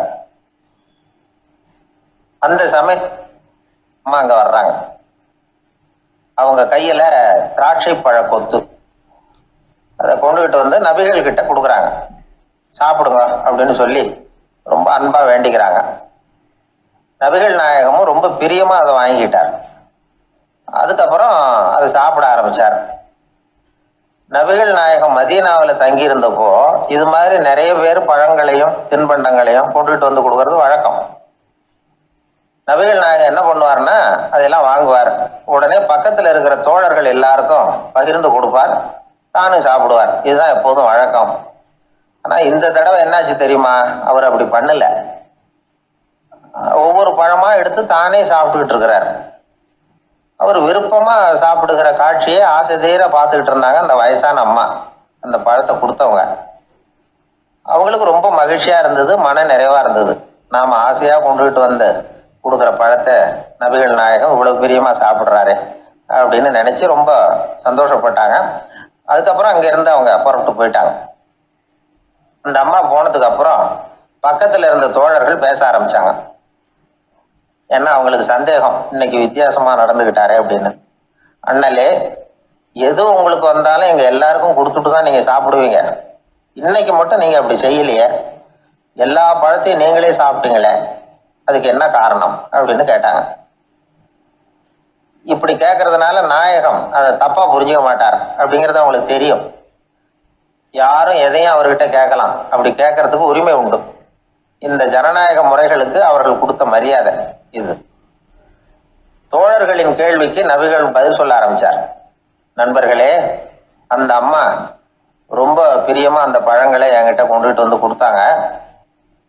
முதல்ல ஒரு பழத்தை எடுத்து வாயில போட்டு பார்த்தேன், அது ரொம்ப புளிப்பா இருந்தது, சாப்பிடுறது ரொம்ப கஷ்டம். உங்ககிட்ட யாருக்காவது அதை கொடுத்துருந்தா அதுல வாயில போட்டதும் புளிப்பு தாங்காம முகம் சுழிச்சிருப்பீங்க. அதை அந்த அம்மா பார்த்துட்டாங்கன்னா வருத்தப்பட்டிருப்பாங்க. ஆசையாக கொண்டுகிட்டு வந்து நமக்கு கொடுத்துருக்குறாங்க. அவங்க அன்பான மனசை நோகடிக்கிறதுக்கு நான் விருப்பப்படலை. அதனால் முகம் சுளிக்காமல் சாப்பிடணுமேங்கிறதுக்காகத்தான் அந்த பழங்கள் பூராவே நானே சாப்பிட்டுட்டேன் அப்படின்னு புன்முறுவலோட பதில் சொன்னாராம் நபிகள் நாயகம். இன்னொருத்தர் மனசு புண்படக்கூடாதுங்கிறதுக்காக புளிப்பையும் இனிப்பா ஏற்றுக்கொள்ளுகிற பண்பாடு இருக்கு பாருங்க, அது ஒரு பெரிய நாகரிகம். அது எல்லாருக்கும் சுலபமா வந்துடாது. நல்லா இருக்கிற பழத்தையே என்ன இவ்வளவு மோசமா இருக்குன்னு சொல்லுகிறவர்கள் தான் நம்ம கிட்ட அதிகம். இந்த காலத்துல இல்வாழ்க்கையில இந்த நாகரிகத்தை சில பேர் கடைபிடிக்கிறது உண்டு. நல்லா இருக்க இல்லையோ முகம் சுளிக்காம சாப்பிட்ருவாங்க. ஏன்னு கேட்டா, எதுக்காக சார் வீண் வம்பு, ஏதோ நமக்குன்னு கொடுத்து வச்சது அவ்வளவுதான் அப்படின்னு நினைச்சுக்கிட்டு போக வேண்டியது தானே அப்படிம்பாங்க. இவங்கெல்லாம் கூட ஒரு விதத்துல பண்பாடு தெரிஞ்சவர்கள் தான். ஒரு ஆளு ஊரெல்லாம் சுத்தி விட்டு கடைசியில அழுத்து போய் ஒரு ஹோட்டலுக்குள்ள நுழைஞ்சானான். ரொம்ப களைப்பா இருந்தது அவனுக்கு. அதனால ரொம்ப களைப்படைஞ்சு போய் ஒரு நாற்காலியில போய் உட்காந்துருக்கிறான். இவனை பார்த்ததும் சர்வர் ஓடி வந்தார். சார் உங்களுக்கு என்ன வேணும்னு கேட்டார். எனக்கு தேவை 2 தோசையும் கொஞ்சம் அன்பான வார்த்தைகளும் அப்படின்னா.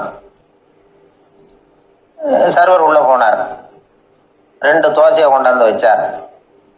அன்பான வார்த்தை கேட்டனே அப்படின்னா இவன். சர்வர் ரொம்ப பணிவா குனிஞ்சு இவன் காதோரமா சொன்னார், ஐயா இந்த தோசையை சாப்பிட்றாதீங்க, புளிச்சு போன பழைய மாவு அப்படின்னார். இது பாருங்க, அன்பான வார்த்தையும் 2 தோசையும் கேட்டார், கொண்டாந்து கொடுத்துட்டார். இப்படி இருக்கிறவர்களும் இன்றைய மனிதர்கள்ல அதிகம். அதனால மனிதர்கள் ஒவ்வொருத்தரும் ஒவ்வொரு விதம். நம்ம கிட்ட பிரியமா நடந்துகிறவர்கள் மனம் கோணும்படி நாம் நடந்து கொள்ளக்கூடாது அப்படிங்கிறது தான் நபிகள் நாயகம் அவருடைய செயல் மூலமா நமக்கு உணர்த்தி இருக்கிற வாழ்வியல் உண்மை.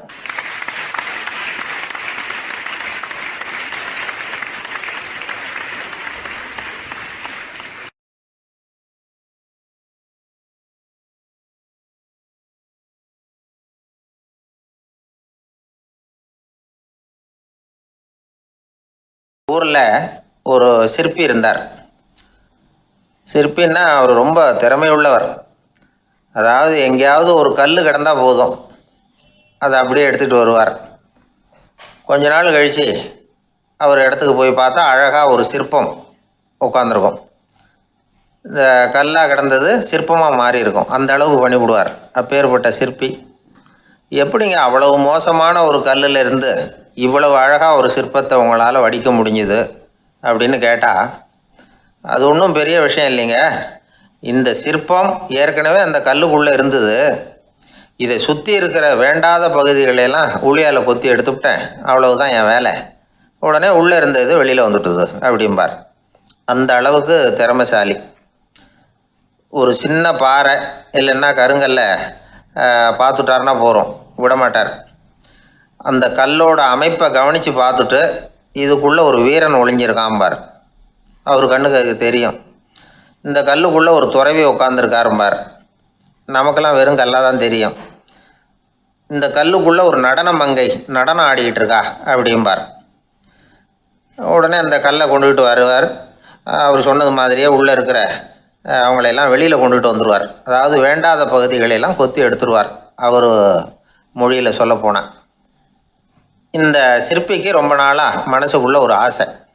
அதாவது உண்மை, தூய்மை, இதுக்கு உதாரணமாக இருக்கக்கூடிய புத்தர் சிலையை வடிக்கணும் அப்படிங்கிறது அவரோட ஆசை. ஆனால் அந்த ஆசை நிறைவேறாமலே இருந்துக்கிட்டு வந்தது. அதுக்கு என்ன காரணம்னா, அதுக்கு தகுந்த மாதிரி ஒரு கல் கிடைக்கல. கல் கிடைச்சா அதை செஞ்சுருவார். ரொம்ப காலமாக அங்கே இங்கே தேடி அலைஞ்சார். இந்த புத்தர் சிலை வடிக்கிறதுக்கு பொருத்தமாக ஒரு கல் கிடைக்குமா அப்படின்னு சொல்லி கண்ணில் படுற கல்லையெல்லாம் உத்து உத்து பார்ப்பார். உள்ளே புத்தர் இருக்காரான்னு கவனிப்பார். இருக்கிற மாதிரி எதுவும் தெரியல அவர் கண்ணுக்கு. சரி, இதுக்கு என்ன செய்யலாம்னு யோசனை பண்ணார். நேராக ஒரு புத்த மடாலயத்துக்கு போனார். அங்கே இருக்கிற ஒரு புத்த துறவியை சந்தித்தார். அவர்கிட்ட விசாரித்தார், சுவாமி, புத்தரின் தூய்மை ஒளிஞ்சிருக்கிற அந்த கல் எங்கே கிடைக்கும் அப்படின்னார். அந்த கல் இருக்கிற இடம் எதுன்னு இன்னமும் உங்களுக்கு தெரியலையா அப்படின்னு கேட்டார் துறவி. இல்லைங்க, அதுக்காக தான் அலைஞ்சிக்கிட்டு இருக்கிறேன் அப்படின்னார் இவர். சரி, கவலைப்படாதீங்க, என் கூட வாங்க காட்டுறேன் அப்படின்னு அழைச்சிட்டு போனார். எங்கே போனார்னா அந்த மடாலயத்தின் பின்பக்கம் போனாங்க. 2 பேரும் போனாங்க. அங்கே போய் பார்த்தா அங்கே ஒரு கிணறு இருந்தது. என்ன அது நாம் கேட்டது கல், இவர் அழைச்சிட்டு வந்து காட்டுறது கிணறு அப்படின்னு இவருக்கு சந்தேகம். ஒரு மாதிரியாக பார்த்தார். அவர் சொன்னார், துறவி எட்டி பாருங்க உள்ள அப்படின்னாரு. கிணறுக்குள்ளே என்ன இருக்கும்னு இவருக்கு தெரியாதா, இருந்தாலும் அவர் சொல்கிறாரு அப்படின்னு சொல்லி எட்டி பார்த்தார். பார்த்தா அதில் தண்ணி இருந்தது. அந்த தண்ணியில் தன்னோட உருவம் தெரிஞ்சுது. இப்போ அந்த புத்த ஞானி சொன்னார், துறவியாரே, புத்தரை நாம தான் ஒழிச்சு வச்சிருக்கிறோம், நமக்குள்ளே தான் அவர் மறைஞ்சிருக்கிறார். அவரை அடையாளம் தெரியாதபடி மூடி இருக்கிறது எது தெரியுமா? நம்மக்கிட்ட இருக்கிற கோபம், போலித்தனம், பதட்டம், ஆசை, இதெல்லாம் தான். அறிவு அப்படிங்கிற ஒளியால் அதையெல்லாம் செதுக்கி எடுத்துட்டோம்னா அந்த அழகான புத்தர் வெளியில் வந்துடுவார் அப்படின்னு சொன்னார் துறவி. அதனால் நமக்குள்ளே இருக்கிற நம்மளை நமக்கே அடையாளம் தெரியல அப்படிங்கிறது தான் உண்மை. அந்த உண்மையான மனிதன் உள்ளே இருக்கிறான். இவர் கல்லை பார்த்துட்டு உள்ளே யார் இருக்காங்கிறது அவருக்கு தெரிஞ்சுது சிற்பிக்கு. ஆனால் உண்மையான புத்தர் எங்கே இருக்காருங்கிறத அவரால் அடையாளம் கண்டுபிடிக்க முடியல. அப்படி தான் பல பேர் இன்றைக்கி இருந்துக்கிட்டு இருக்கிறோம். ஒரு அப்பா தன்னுடைய பிள்ளைக்கு புத்தி சொன்னார், அதோ பாருப்பா, மனசு தான் கல், அறிவு தான் ஒளி. உன்னுடைய மனசுங்கிற கல்லை அறிவுங்கிற ஒளியால் செதுக்கி அழகான மனிதனாக நீ வெளியில் வரணும்னார். அதுக்காக தான்ப்பா தேடிக்கிட்டு இருக்கேன்னா அவன். மனசுங்கிற கல்லை தேடிக்கிட்டு இருக்கிறியா அப்படின்னு கேட்டார். இல்லைப்பா, அறிவுங்கிற ஒளி எங்கே இருக்குன்னு தெரியல எனக்கு, அதை தான் தேடிக்கிட்டு இருக்கிறேன் அப்படின்னு நானா. அதனால் அறிவை தேடிக்கிட்டு இருக்கிறவன் என்னைக்கு உண்மையை கண்டுபிடிக்க போகிறான்? அதையே கண்டுபிடிக்க முடியலைங்கும் பொழுது. அதனால் நாம் யார் அப்படிங்கிறது நமக்கு அடையாளம் தெரியணும். அந்த அடையாளம் தெரிஞ்சுட்டா வாழ்க்கையில் வெற்றி நிச்சயம்.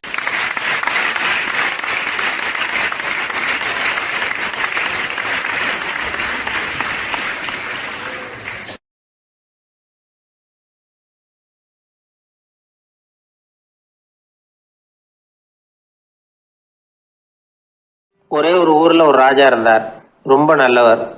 ஒரு நாள் அரண்மனையில் விசாரணை நடந்துக்கிட்டு இருக்குது. அதில் ஒரு வழக்கு. ஒரு விவசாயி வந்து புகார் கொடுக்குறார். என்ன புகார்னா, அவர் வயலில் ஆடுகள் வந்து மேய்ஞ்சி பயிரை அழிச்சுட்டுது. நிறைய உழைச்சி செலவு பண்ணி பயிரை உண்டாக்கி வச்சுருந்தேன், எல்லாம் போயிட்டுது.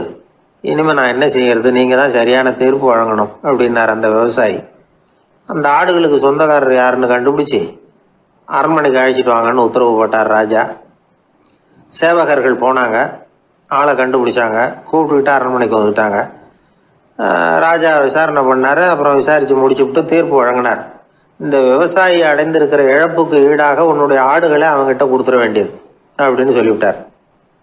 உன்கிட்ட இருக்கிற ஆடு பூரா அவன்கிட்ட கொடுத்துரு, அந்த ஆட்டுனால் ஏற்பட்ட இழப்பு சரியாக போகட்டும் அப்படின்னு தீர்ப்பு வழங்கிட்டார். அந்த மன்னருடைய மகன் இதை பார்த்துக்கிட்டே உட்காந்துருந்தான். இந்த தீர்ப்பை இன்னும் கூட சிறப்பாக வழங்கலாமே அப்படின்னு நினச்சான். அப்பாக்கிட்ட சொன்னான். உடனே அந்த அரசர், சரி நீயே இதுக்கு சரியான தீர்ப்பு சொல்லு அப்படின்னார். அந்த இளவரசன் தீர்ப்பு சொல்கிறான். அவன் சொன்ன தீர்ப்பு என்னன்னா, உங்ககிட்ட இருக்கிற ஆடுகள் எல்லாத்தையும் 1 வருஷ காலத்துக்கு அந்த விவசாயிகிட்ட ஒப்படைச்சிட வேண்டியது. அந்த 1 வருஷத்துக்குள்ள அந்த ஆடுகள் போடுற குட்டிகள், பால், எரு எல்லாம் விவசாயி எடுத்துக்க வேண்டியது. 1 வருஷத்துக்கு அப்புறம் உங்களுடைய ஆடுகளை நீங்களே திருப்பி வாங்கிக்க வேண்டியது. இதுதான் இளவரசன் சொன்ன தீர்ப்பு. இது சரியான தீர்ப்பு தான். இனிமேல் என்னுடைய அரச பொறுப்புகளை இளவரசர் வசம் ஒப்படைக்கிறேன் அப்படின்னு சொல்லி ஒப்படைச்சுட்டாராம். அதாவது தாவூத் நபி, சுலைமான் நபி இவர்களுடைய சரித்திரத்தில் இந்த சம்பவம் காணப்படுறதாக ஒரு நண்பர் சொன்னார். ஒரு தண்டனையை பெறுகிறவன் அதுக்கு பிறகு சமூகத்தில் நல்ல விதமாக வாழறதுக்கு வாய்ப்பு இருக்கிறது மாதிரி அமையணும் தீர்ப்பு. அதுக்கு இது ஒரு உதாரணம். சில தீர்ப்புகள் எப்படி அமைஞ்சு விடுதுன்னா, ஒரு தண்டனையை அனுபவித்து முடித்தவன் அதுக்கப்புறம் அவன் இந்த சமூகத்தில் நல்லவனாக வாழறதுக்கு நினச்சா கூட அதுக்கு தகுதி இல்லாதவன் அப்படிங்கிற அளவுக்கு சூழ்நிலை அமைஞ்சிருது. இது சிந்திக்க வேண்டிய ஒரு செய்தி. இன்னொரு ஊரில் ஒரு ராஜா இருந்தார். அவர் ஒரு நாள் ஒரு போட்டி வச்சார். என்ன போட்டின்னா, அரண்மனை வாசலில் ஒரு பெரிய நீச்சல் குளம், அதில் நிறைய விஷப்பாம்புகள். எந்த இளைஞன் துணிச்சலாக அதில் நீச்சல் குளத்தில் குதித்து நீந்தி கரையேறி வர்றானோ அவனுக்கு 100 ஏக்கர் நிலம் பரிசாக வழங்கப்படும். அது வேணாம்னா 1000 ஆடுகள் பரிசாக வழங்கப்படும். அதுவும் வேணான்னா என்னுடைய மகளை வந்து கல்யாணம் பண்ணிக்கலாம். இதுதான் மன்னருடைய அறிவிப்பு. பரிசுலாம் நல்லா தான் இருக்குது. இருந்தாலும் பாம்புகள் உள்ள குளம்ங்கிறது நல்லா இல்லையே. அதனால் யாரும் அதில் குதித்து நீஞ்சறதுக்கு முன் வரல. இருந்தாலும் திடீர்னு ஒரு இளைஞன் அந்த நீச்சல் குளத்தில் குதிச்சான். நீந்தினா ஒரு வழியாக கரையேறி வந்துட்டான். மன்னருக்கு ரொம்ப மகிழ்ச்சி. நீ தான் தைரியமான இளைஞன், வா இப்படின்னு கூப்பிட்டார். கிட்ட வந்தான். அந்த இளைஞன் தண்ணீர் சொட்ட சொட்ட வந்து நிற்கிறான். சரி, உனக்கு 100 ஏக்கர் நிலம் வேணுமான்னு கேட்குறார். வேண்டாங்க.